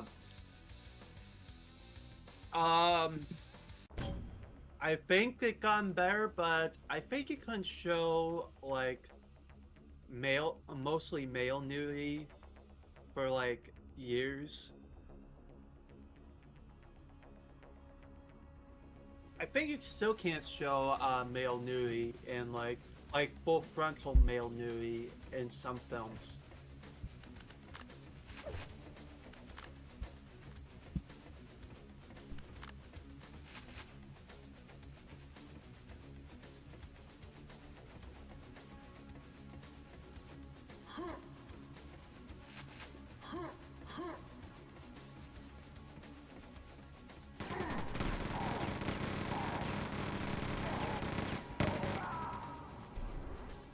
Oh wait, I know another weird MPA thing.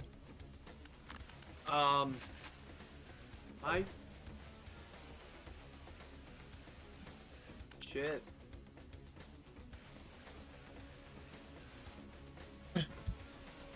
What's another weird thing? Oh wait, do you know the new Wes Anderson film?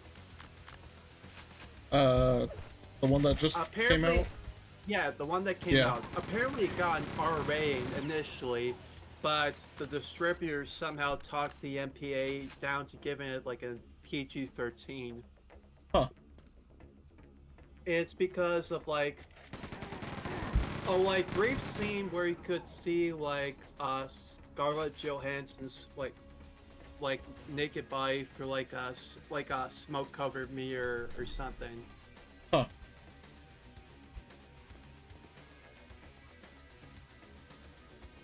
I'm not kidding. Yeah, I'm not surprised that he would be one of the people to get that, I guess, because it seems like a lot of just how the MPA functions, it's all about like who you are and how much they like you. It's very interesting. Mm-hmm.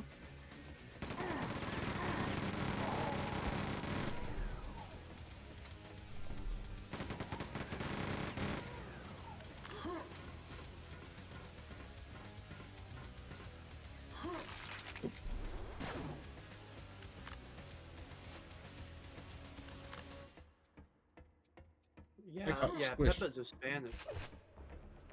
Uh-oh.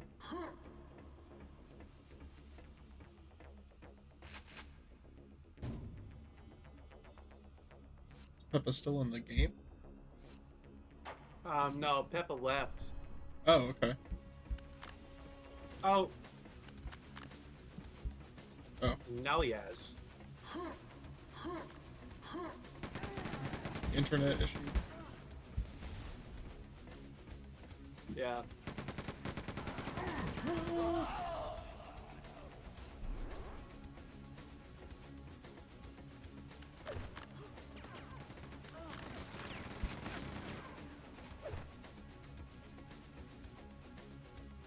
Well, I'm gonna take another bite of my sandwich. He's blowing me up.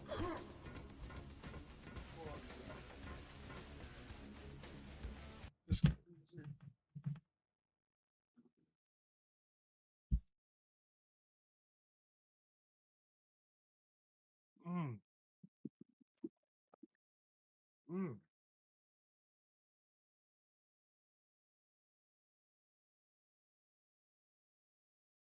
Oh, Peppa had to restart their PC. Okay.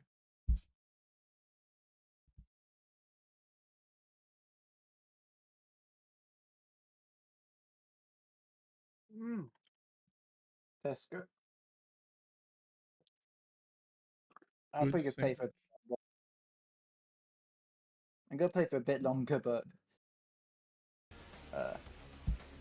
I was late. Yeah, I'm starting to Also, run out of steam as well. I actually had a really late night last night. I was up till 5 a.m. working on finishing up a cover art project for Sick on Cinema, oh shit. which I'm very happy with, but I am realizing now, I'm kind of remembering, oh, I haven't slept very much. At least you're doing something. Yeah. We be gaming. Game a moment. I'm gonna rejoin for a bit.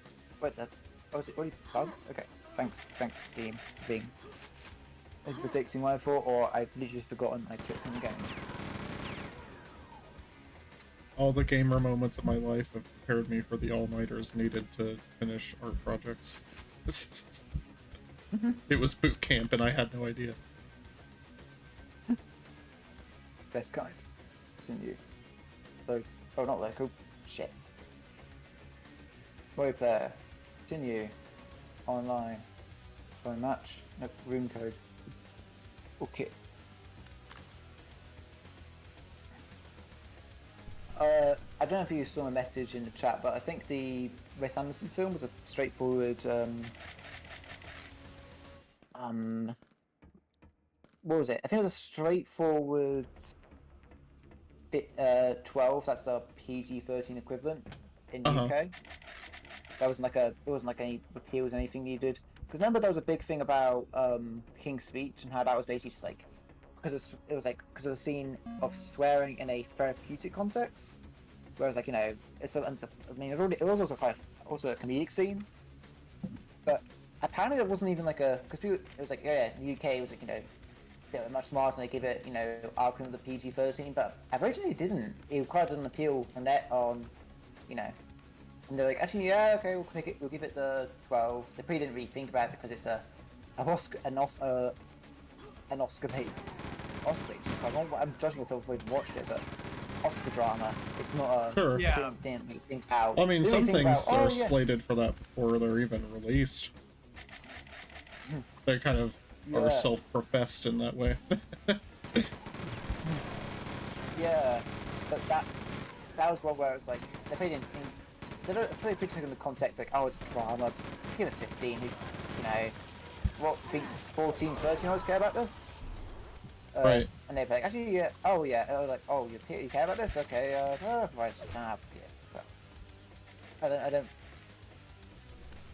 But I love how for apparently I think it maybe lost media. But apparently, there's a version where they dubbed all the frogs into shit, which is just. I mean, that says a lot when it comes to the fact that they're tearing swear words to such an extent where you can get away with if you replace fuck with shit, oh, it's fine.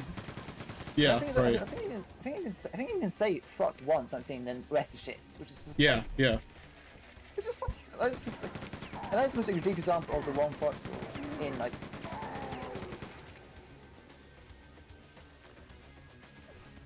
Yeah, I'm not the. I mean, I'm not. It is like just so many weird double standards when it comes to that. I don't.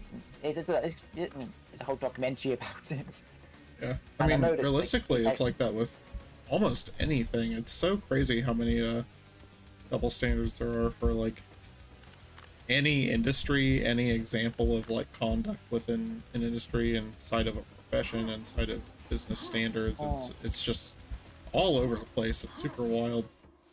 And it's like the deeper you dig, the more inconsistencies you find. And for an organizational personality, that's torture. Yeah, I was watching of all I don't he's Pony Smasher, the David S. Sandberg, and he was talking about his early animation work, and one was like quite I wouldn't say for like someone who he does superhero films, makes a lot of PC-13 horror films. I think the most horror films have been like PG-13 or but like apparently it's like early was like animation that was actually quite I wouldn't say super transgressive, but it was like they had like it was pretty cross, but another actually had kind of a point where it was like it had a lot of it was almost pitching really like over like let's say very perverted animations for, like to a kids channel, and sure. they were like reject, but then as soon as he said a violent one, oh, we already got that. Yeah. Oh Jesus. Which is like quite it's a vague I mean, everyone's made that joke about Americans being super open to violence but prudish towards sex, and I think the UK is not that much better. I mean, we are a bit better. The parents were kind of better when it comes to that, but still a bit weird about it still felt very immature about it, and I think beyond the internet, it's sort of kind of undone that a bit. Yeah. So, good. A few good things. Yeah, I mean that definitely is the way it is though. It's really interesting to see kind of the inverse of that in some other places in the world, especially in the first world, but then it seems like maybe it's not quite the same, because I would say that like the examples I think of when it comes to thinking of it as the inverse would be like Germany or Japan, but they also have very hyper-violent subculture as well. So it's not quite, maybe it's just not regarded in the same way as ours, but it's still there regardless. But then also their culture around sex seems to have a lot of really, really negative underground implications to it as well. Whereas like in the US, I mean, that stuff, it exists everywhere, but it's like, at least it seems like it's behind closed doors more in other places, but yeah, I don't know. It's very interesting. It's interesting to see the way that develops in like long-term culture for especially superpowers, for first world superpowers. I'm not too well read on. I mean, what example do you think of? Because I mean, when it comes to Japan sex, it's just haha funny of they've censored genitals, and ironically, it's also more perverted pornography. Yeah, I guess it's like Japan seems to have just Japan and Germany seem to be really, really heavy into more extreme perversion with pornography and things, but then also it seems like Japan is just, they've got a whole litany of like really, really deep sociological issues regarding sex, especially when it comes to infantilization and sexualization of young girls and stuff. Like it's just very it's very dark how prevalent it is there, and how kind of nonchalant it's treated. Yeah, God. And I think that's where you see, like, while it's not necessarily like, I don't think that the way that the states are prudish to the extent that they are about sex is necessarily a good thing, but I also see that a little too much liberty could be a very bad thing, as you see with the way that Japan is. I honestly cannot believe how much rape is in so much Japanese pornography. Oh yeah, it's almost like a staple of the way that sex culture is there. It's so strange. I'd like to know more about the origins of it, or kind of like why it is the trope that it is, because I'm sure there has to be a little bit of light to be shed from further context to some extent, but at the same time, like, it's I don't know, it's very strange. It's one of those things where it's like they make it seem like it's not a huge deal to them, including like women in that culture, but then it still just leaves a bad taste in your mouth. I don't know, strange stuff. Yeah. Your cats.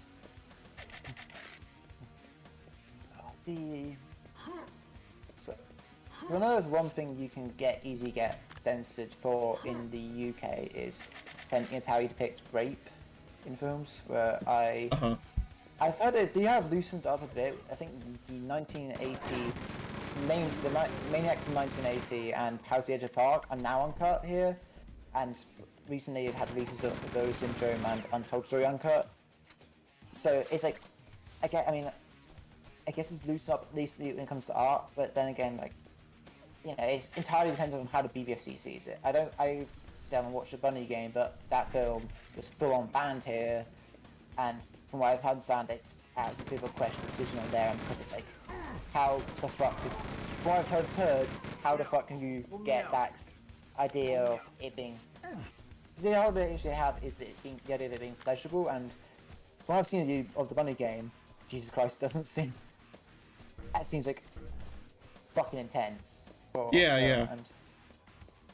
And it's really all, it is interesting to see how those things are treated differently depending on the type of media, or the tone, not really the type, but the tone of the media, because it's like, I mean, Japan even has like extremely sadistic fetish pornography that's pretty par for the course. Like, it seems like it's just another subgenre there, and it's very interesting to see how there's not even really the allure of it being like an underground thing like there would be even in a place like Germany, even though their culture with like horror and BDSM and all the intersections of subculture and post World War II and the kind of collective trauma of that and the way that it's synthesized, there still is this level of restraint there that Japan just does not seem to have kind of meshed into their own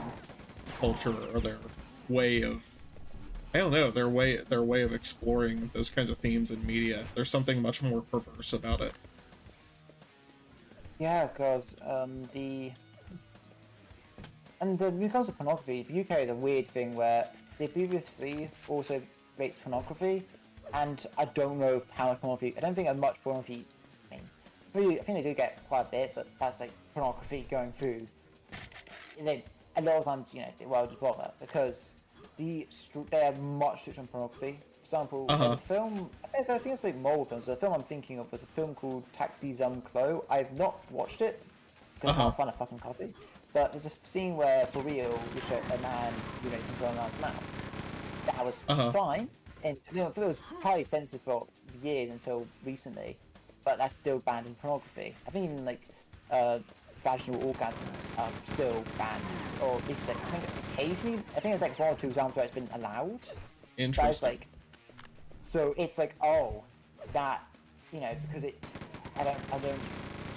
there's a whole meme about, oh, is it urine, is it not urine, but the fact that it's seen as, you know, the fact it could be, is worthy enough to ban it, I Right. mean, it's a whole. You can make the whole other argument later. Usually women's pleasure, like but the fact having ejaculation from a vagina is censored, but in like pornography. But I don't know about if there's any examples in film that have been released in the UK. But I mean, when I watched the film Restricted, and I dropped it into my local used shop, and it was labeled under the adult section. I'm like, okay, I guess, but it's not labeled that under the BBC because they have two entirely separate 18s for pornography and film. And and as said that example, they're significantly stricter with, film. There's like no fucking way that if the content of Bob Flanagan's documentary would be passed in pornography. And I'm happy I'm surprised and also happy that it's passed uncut as a documentary, but in pornography, no fucking way. They will not. Yeah, They would be. So it's like interesting the double standard, which I guess it could lead to an extent where it's like it's making a comment on it, but also it's just fetish pornography. It's not like I would be more concerned. I think it's more important to find out the behind the scenes of this stuff than what's displayed on screen, unless it's obviously immoral. Yeah, right. It's like, oh god. I mean, I've went to a bit of a tangent there because it's such a No, you're fascinating fine. idea. Yeah. So I agree. Yeah. So I think that's one of my main draws for any kind of niche or subversive or quote unquote transgressive media and stuff, and trying to understand how it has been given classification, because I feel like the classifications for those films, even over time, as politics and socio-political tensions shift the world over, like globally, I think the way that those films will be categorized, if there's ever a niche or like a reason for them to be brought into a wider range of public eye and not just like underground culture, like it's going to be interesting to see what they do with it and how they treat those films later on.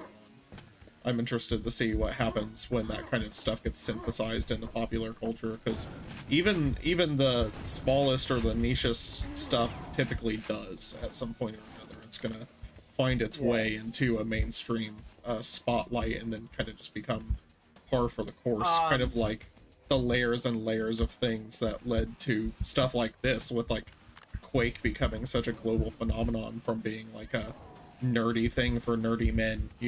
It's really interesting, like, and it's no different for horror films and things either. I'm gonna give you a heads up. I'm gonna try something else for the next round. I'm just going to mess around with some of the sayings. Okay. Alright, just to be... Can you guys find it whilst in game, or does it require Okay. I'm gonna get some water in the meantime, so I'll be right back as well. But yeah, I mean, actually, I'll probably say I'll say I'm back, but whilst it's in my mind, what was I was going to say something, I completely forgot. Other than the fact that hey, I'll come back. I'll come back to you, but I'll be back. You're good.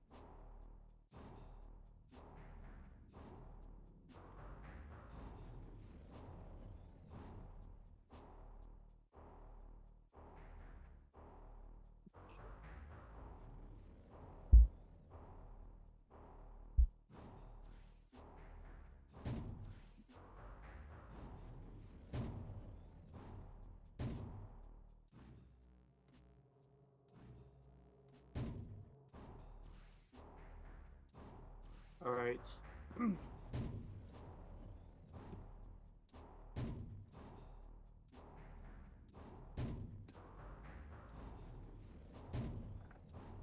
Yeah, this music pretty baller. Yeah, I really dig it. I'm loving Quake 2 so far.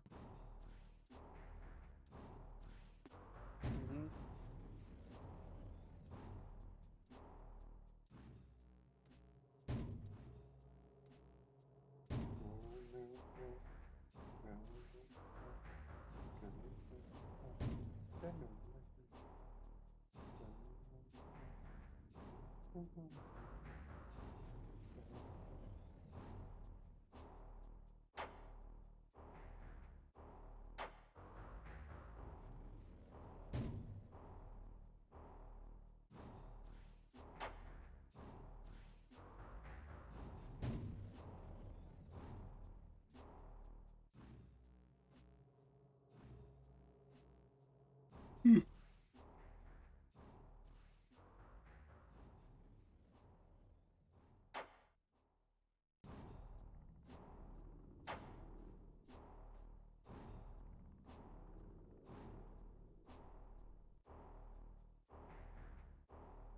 I don't know who be watching. Huh? Alright. I think.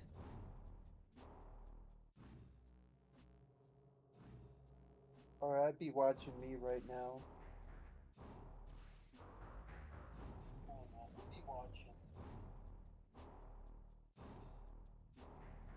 Huh? Alright. I think. Are you looking at the stream? Yeah, I'm looking at the stream. Oh, okay.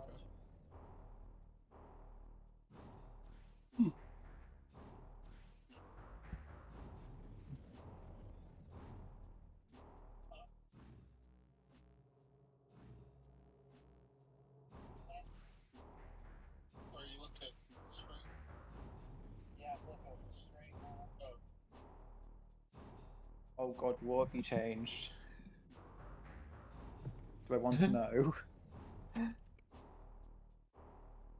Alright. You just have to find out.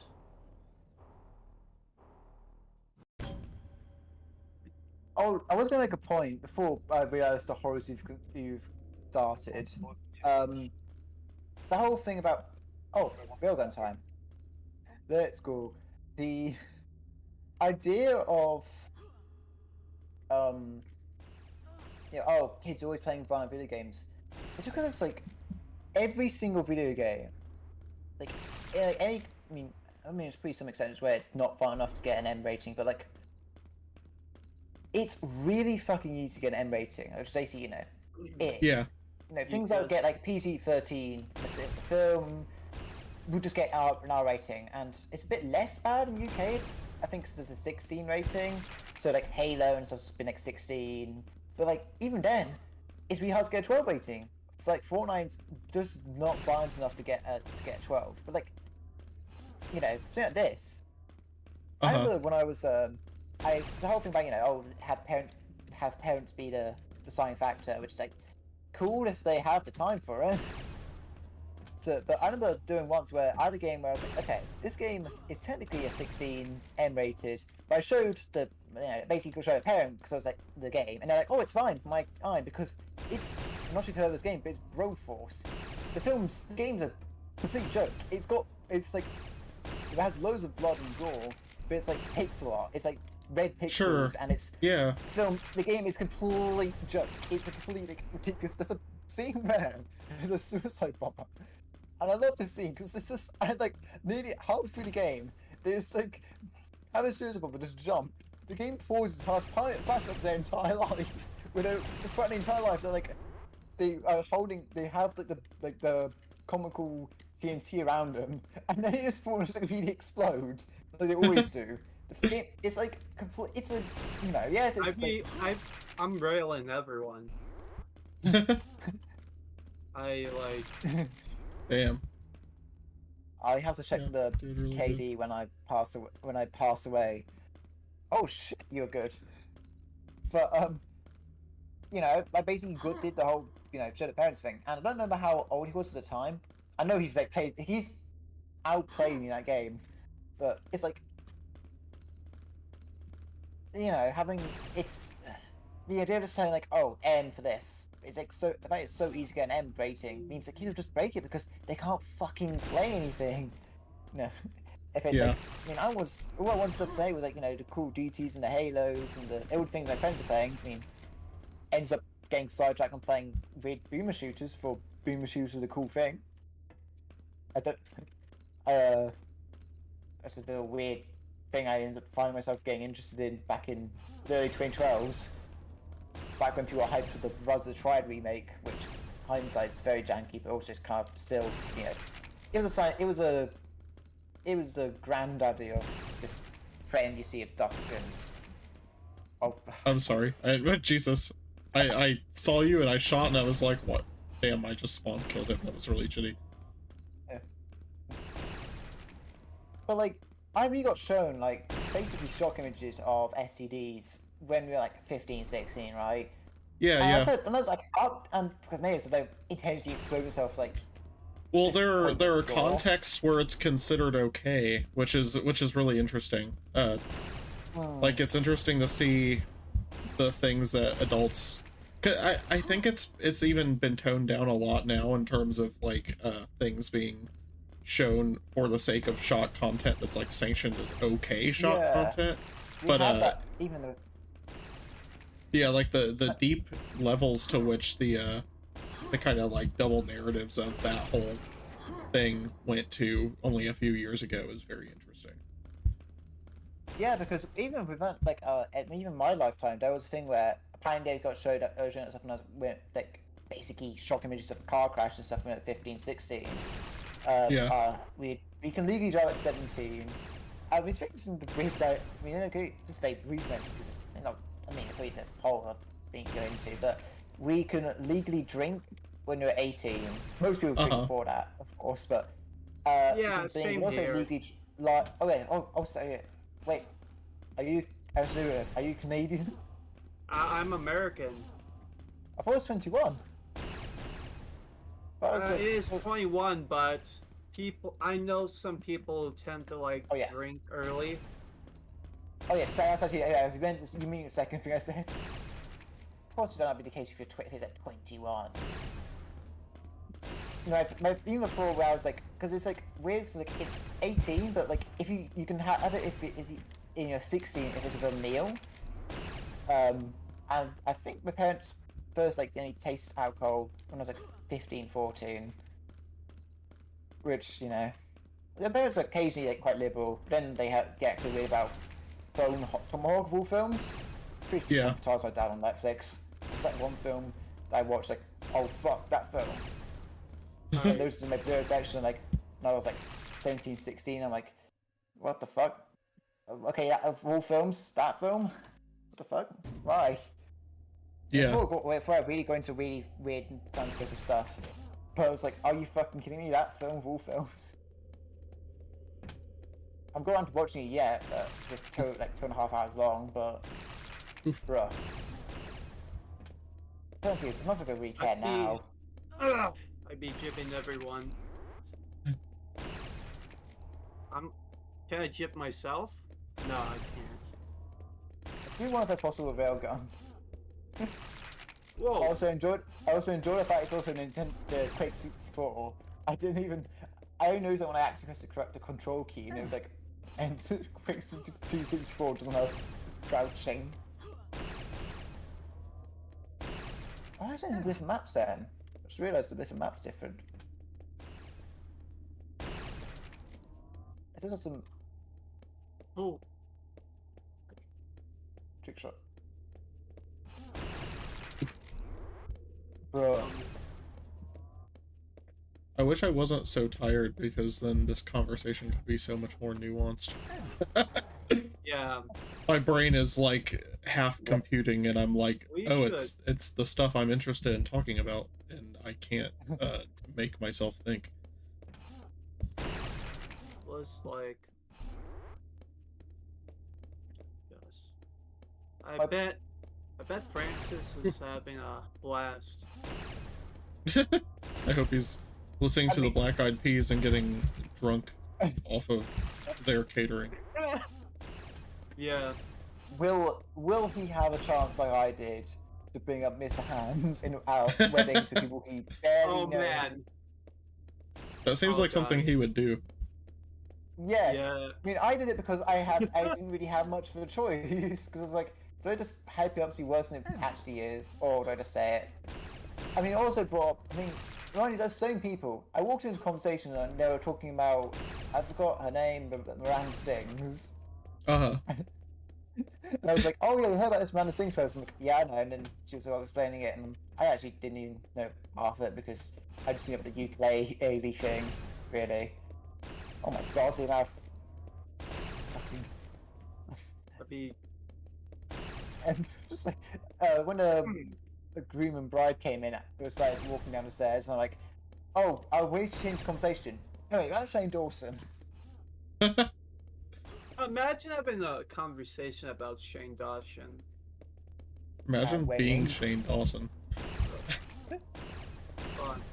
That man has Okay, said some he- stuff on the internet. I don't really follow until like I've tried watching a few of his videos when his videos like, oh, his actually videos are really good. And Yeah, I watched them.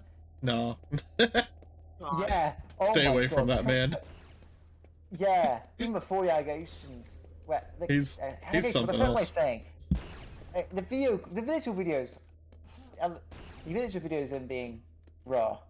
That's the best way of describing him. But the fucking, Jake, was it Jake? I always get confused, Jake and Logan Paul. Jake But Paul. you remember because my brain's blotched it out because it's. I watched dog most shit. of that. Oh, I watched It's most of just that dog fucking shit. series. It was the worst fucking thing I watched, and I realized that until like I watched it. Watched it all until the last episode. So the last episode, the rest of them like 45 minutes. Last one 2 hours long, and I'm realizing why the fuck am I watching this stupid shit? I'm just doing it because everyone else is talking about it. And I'm like, you know what? Fuck it, I can't be asked. It's 2 hours long. And I've realised I've listened to it for all these hours and let pretty less down because I really liked the YouTube speed up thing. And then realised Yeah. that people talked way too fast to be understandable. Nah, it was the worst thing I ever watched. Holy shit. It's so Do you bad. remember when he spread that dumbass conspiracy that Chuck E. Cheese's was like recycling pizza or something? I remember because a YouTuber I watched, I hate everything. He's been sort of been more active recently, like on his main YouTube, but Oh yeah. for a period of time he mostly was uploading on Jar Media, and he had talked about a few Shane Dawson videos and about how shit they are. He was like talking about like how the same fucking video about like mafia and kidnapping. He also covers like Chuck E. Cheese and it's sort of like, what's the term? Lightheartedness, like that's a sort of palate cleanser, I guess, if that's not the exact term I was thinking about, but we've seen like a really upsetting story, mixed in with like Chuck E. Cheese and him getting like a robot AI to say stupid stuff. It's like the most he's just I tried watching his videos once and they were like the worst shit I've ever seen. Yeah. And then that was even before God. all the stuff came back about him because it was always there. Man, I'm just You won't believe how many like old school YouTubers did blackface. yeah. Oh god.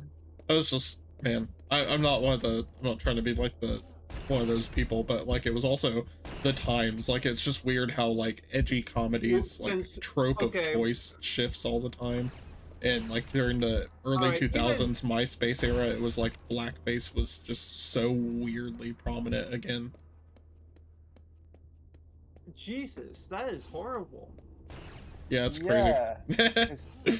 I'm just Even so- like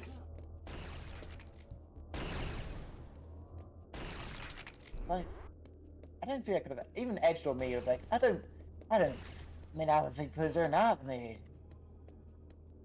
It's about some fucking I mean, if it's just doing that, it's like that's not making. Because I know I've not watched the episodes to make a comment on how well they treated it, because I know Always Sunny they did that, and it's more of a comment on the characters doing it. Yeah. I know those watches I didn't, because they were taken from Netflix, before I binge watched that show.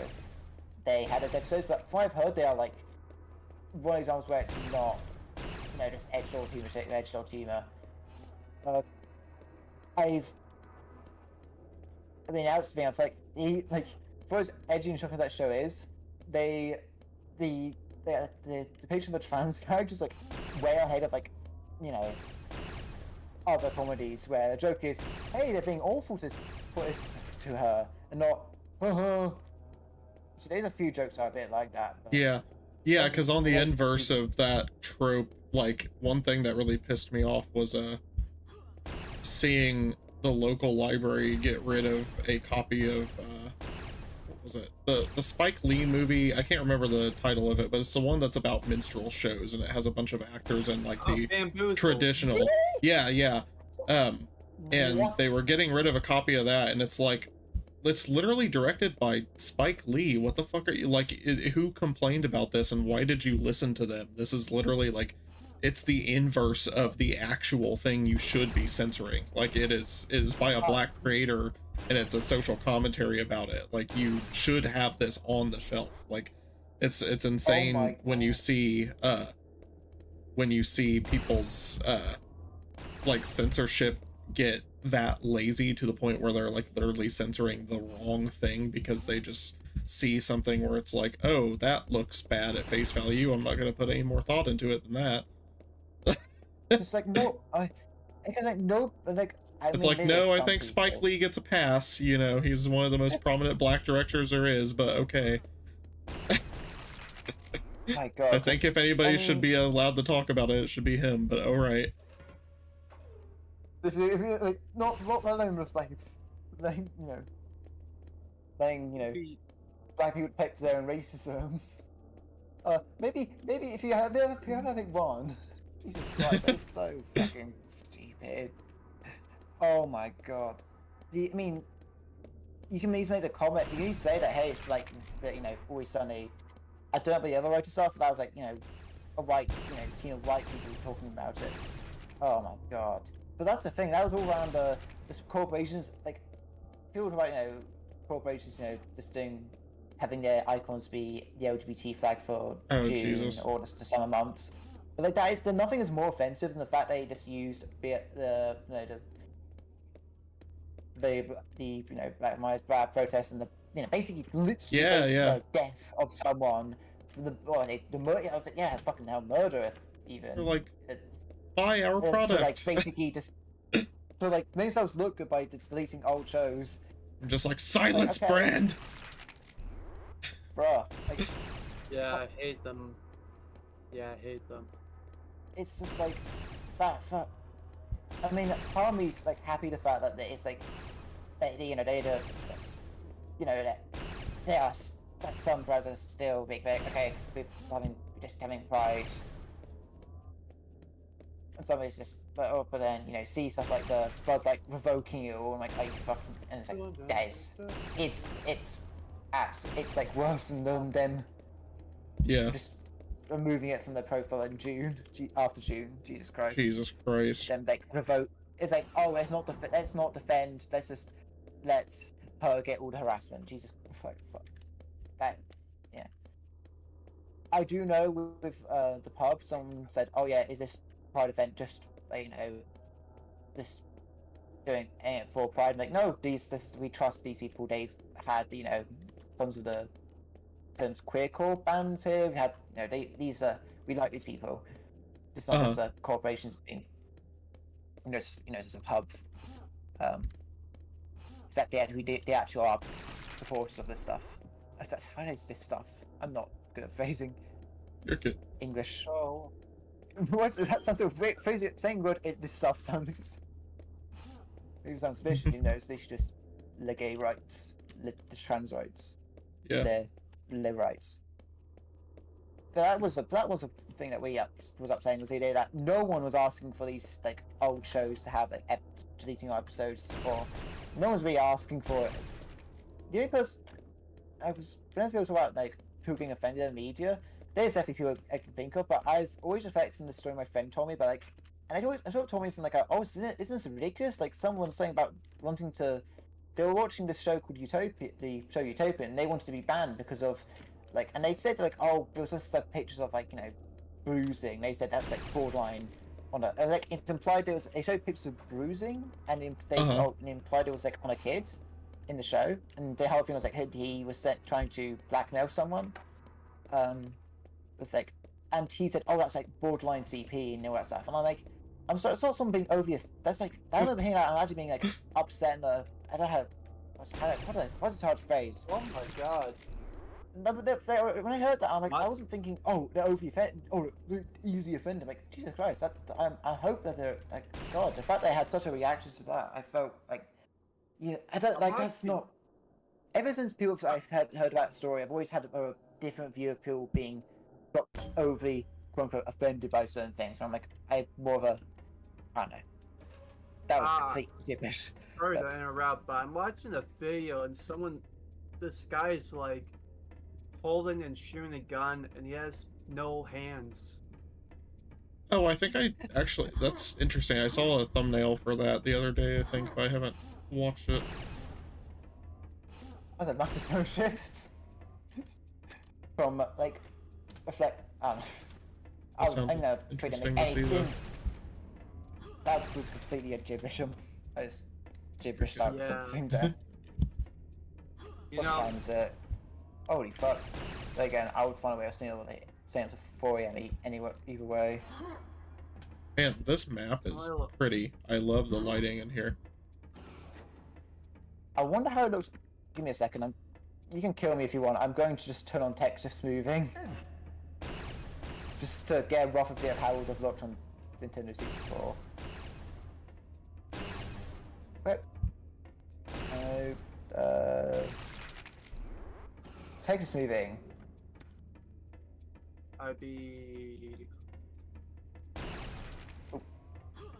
It would probably look. Oh. You say something. This might be dirty, but doesn't Spooky kind of look like a Canadian DSP without the shade goatee? Doesn't what look like what? Watching, The DSP. Oh, that is. Do you not know who DSP is? He's mostly well known for accidentally masturbating on live on Twitch. No. And being shit video games. Oh yeah, is it the guy that masturbated to like AI porn of his streamer friends or something? And got caught? No, not him. Who's that guy? I don't know, but I just remember a clip of that on some video and it was funny. I mean, it's funny, but also kind of terrifying. Like, it's funny that. I mean, yeah, it's fucked up, but it was like he was like, dumb enough to do it publicly, and it got seen on his stream because he forgot to turn it off, and then he made a acknowledgement / apology video with his like fiance present, and it was just dark. It was just dark. It's very dark. For a second, we were saying Dirk. No. Time for Durka Muhammad Jihad. Drama scene, the community. He also like spent like a shit ton of money on a WWE like mobile game to the point where he had to declare bankruptcy because of it. That's hella.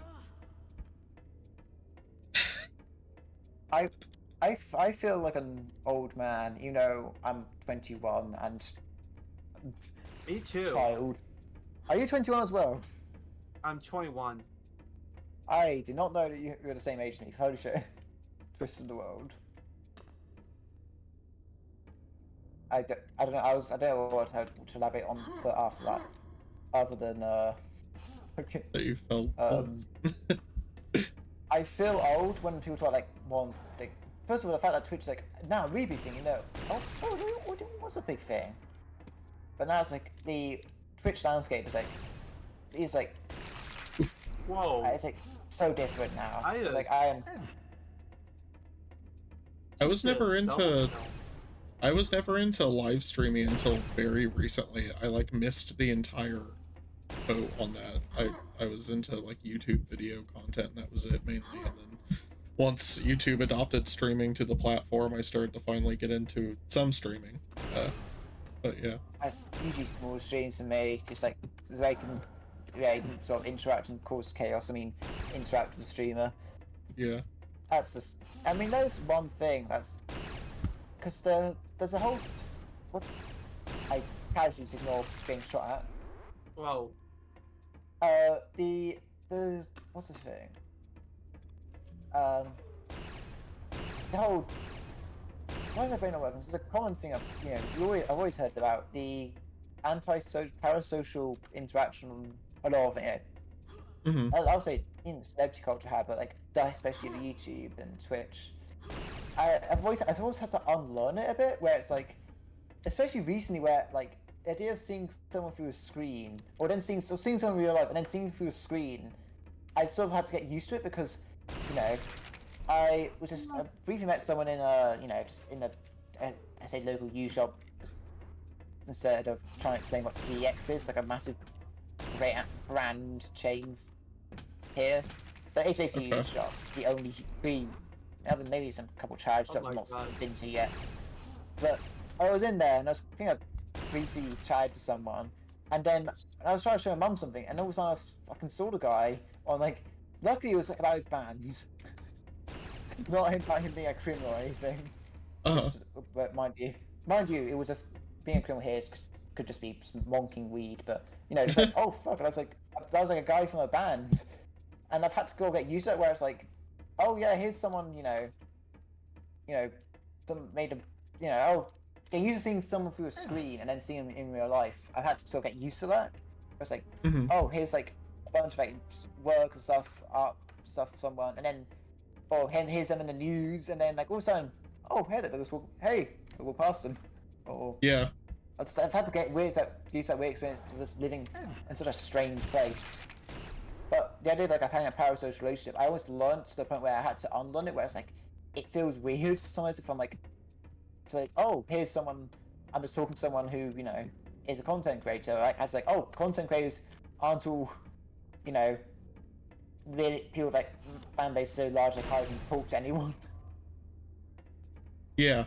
But, so, Yeah, parasocial strange. relationship stuff is quite a hurdle when it comes to trying to stay mentally well. Like as a very heavy internet user in this day and age, it's very weird to have to kind of grapple two versions of reality at once with how you handle that stuff with people. That's why it is very interesting to meet so many of the people that I only knew online, going to like Cinema Wasteland and stuff, because it's just such a strange feeling to kind of see and perceive those people as these fully autonomous human beings in real space versus what you've seen of them on the internet. And unless, yeah. yeah, I know. I don't even really know how to describe it. It's an interesting feeling. It's weird. I've had that like with like meeting online friends, but when I got used to like meeting someone online, then being in real life, had to sort of get. And it's just a very, and especially recently, where it's just the idea of seeing someone on like being interviewed by, whereas like big news here is like nothing because it's the other man. But Yeah. it's such. You yawning Yeah. compared to the fucking. I'm not gonna be able to do this tomorrow night because I've actually got stuff that morning. Just been taking it easy after the trip to England, and literally nothing in the last few days. Take up for all the early mornings and doing stuff. Come back. Aw. Been I'm gonna get. Them. it got Where are they? Where Got 'em. bonkers. It. The This was a really good idea, Drew. I love the, like, railgun sniper style matches. This is fun. Yeah. It does also rely more on insect because you can't run splash damage. Yeah. Oh, I say that. We're MLG training. We're training for QuakeCon. Oh yeah. I don't know. The thing that's quite amusing is apparently isn't there Modern Warfare 3 coming out, like the the remake trilogy? Yeah, I think now? so. I only knew, and I remember like finding out about this. I'm like, usually I would hear about this like school friend stuff when I was when I was a kid. Now I don't hear about it, but the hour Quake 2 gets remastered, Yeah. I get messages. I hear about it like really quickly. It did take me a few days to hear about the possession finally kind of being. Alright, let's do this like Western standoff style. Where? Like With the three of where us. are you? Yeah, just the three of us. Alright. It's gonna require a lot of setup, and then we'll somehow find a way of fucking it up. Alright. First of all, we have to find where's a good area to where they'll have that actual like. Okay. Hmm. Maybe this like Here's a good spot. yeah, this is. Yeah, I found a spot. It's quite gray and there's like How would you do Mexican standoff first person?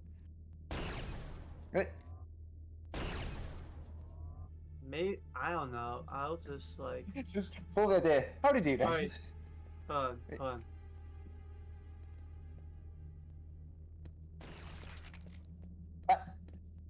Oi. What's the plan? Are we just fighting? No, we are.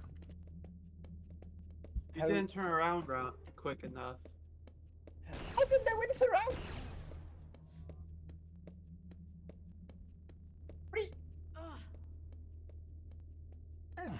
It's a problem. You're not a Yankee. Stranger's experience of living there. I didn't get a chance to really spend time at the big Pride event, but I did spend like a few minutes there, and I saw a furry in a Femboy Hooters t-shirt. But because my mum was there, because I was meant to be seeing What a family sight. afterwards. Well, I wanted to. I had a temptation to go full roll charisma and just ask them about the tragedy of Femboy Hooters. How was surviving the tragedy of the fire of Femboy Hooters? Because I remember that Femboy Hooters meme like a week afterwards. There was a meme about the Femboy Hooters burning down and falling down. And Femboy Hooters is Damn, falling. I remember when my local Femboy Hooters was burned to the ground. How many losses? Bad day. How many losses? 69? Yeah. That's a fucking tragedy. That's like national level. Yeah. And but because my mum was there and she'd be wondering what the fuck are you doing, if I just randomly rolled up to this random person and asked them about a tragedy, I was like, okay, I was 50-50 on doing this, but I guess I have not to do that. You know, it'd be very funny. And then I went one day because I was doing a work support thing, charity shop thing. I mentioned that. I think furries came up, and I mentioned that story. And then the person that was asking me if the person was wearing a grey suit. I've met the fucking person in the suit. It is a complete coincidence. But because the population is like 5 fucking people, of course a thing that I don't know if it's like it's not exclusive autism, but autism support largely, I guess. It's like not just a case where I just want to make up for not learning anything in school work-wise. I could have just, I don't know. I was too busy to find any. But God. Thanks, Uni. Anyway. But of course I ended up running into them anyway. I didn't actually stay for that long in the work support thing, but ended up helping with their band by doing hardly anything but hold a camera. How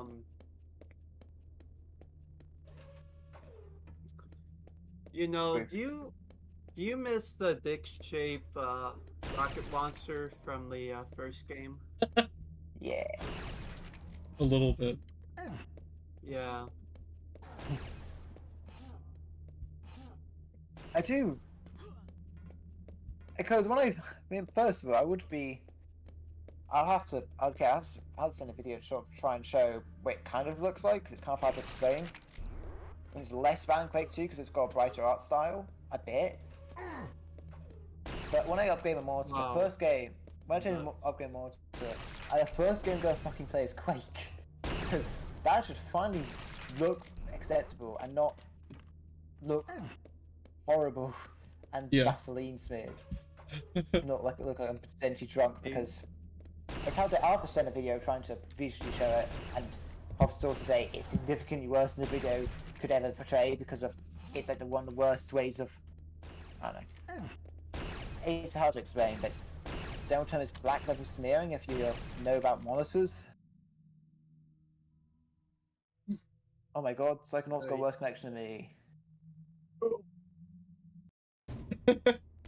Yeah, sorry, my ping is awful. I was gonna say maybe I should call it after this game or after the next game, but that's just like completely just deciding how bad I want it to be, how bad I want. Yeah, I think this is gonna be my last round. You want to do this last one? Guys. Yeah. Okay. Yeah. I'd be none. How many of us be none tonight? Human. Squelching. No, I think I'm gonna Climbing. go straight to bed after this. Alright. If I drink some water. I may eat something. Do something real cuckoo crazy. Drink some water. Yeah. I'm sorry. I'm just gonna drink some Drano. Yeah, I feel you. Get a good rinse out. Delicious Drano. The toddler suicide is calling. Goo goo gaga. I can't take it anymore. Drink the stuff under the sink. The toddler urge to drink things under the sink. Isn't there like a game where you're like, Who's daddy? Yeah. I want to play this. Trying to get a game working recently. Why is it? I've played it. I'm like, why the fuck's complete? Why is fuck like? Am I playing a completely different game than I originally brought? I had a same experience of all games. Home Sheep Home, the Shaun the Sheep tie-in game. Because I don't know if it's unironically great. Like, also, it's unironically good. Shaun the Sheep's unironically good because Aardman's fucking amazing. It's better than Disney Pixar. No, you know as good as being, but it's 4:30. I do like that stuff. I really loved Wallace and Gromit as a kid. Yeah, me too. It's the best.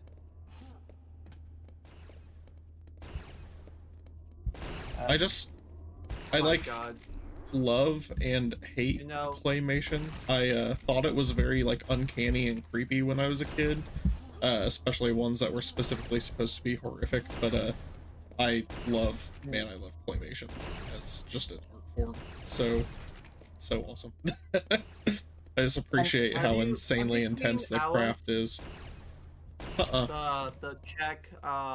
The Czech Alice film. No, I really want to though. It rings a bell, the name. But if it's claymation, I'd probably like it because it's like claymation mixed with live action, but like the stop motion stuff is like fucking horrifying. It's Ooh. like Yeah.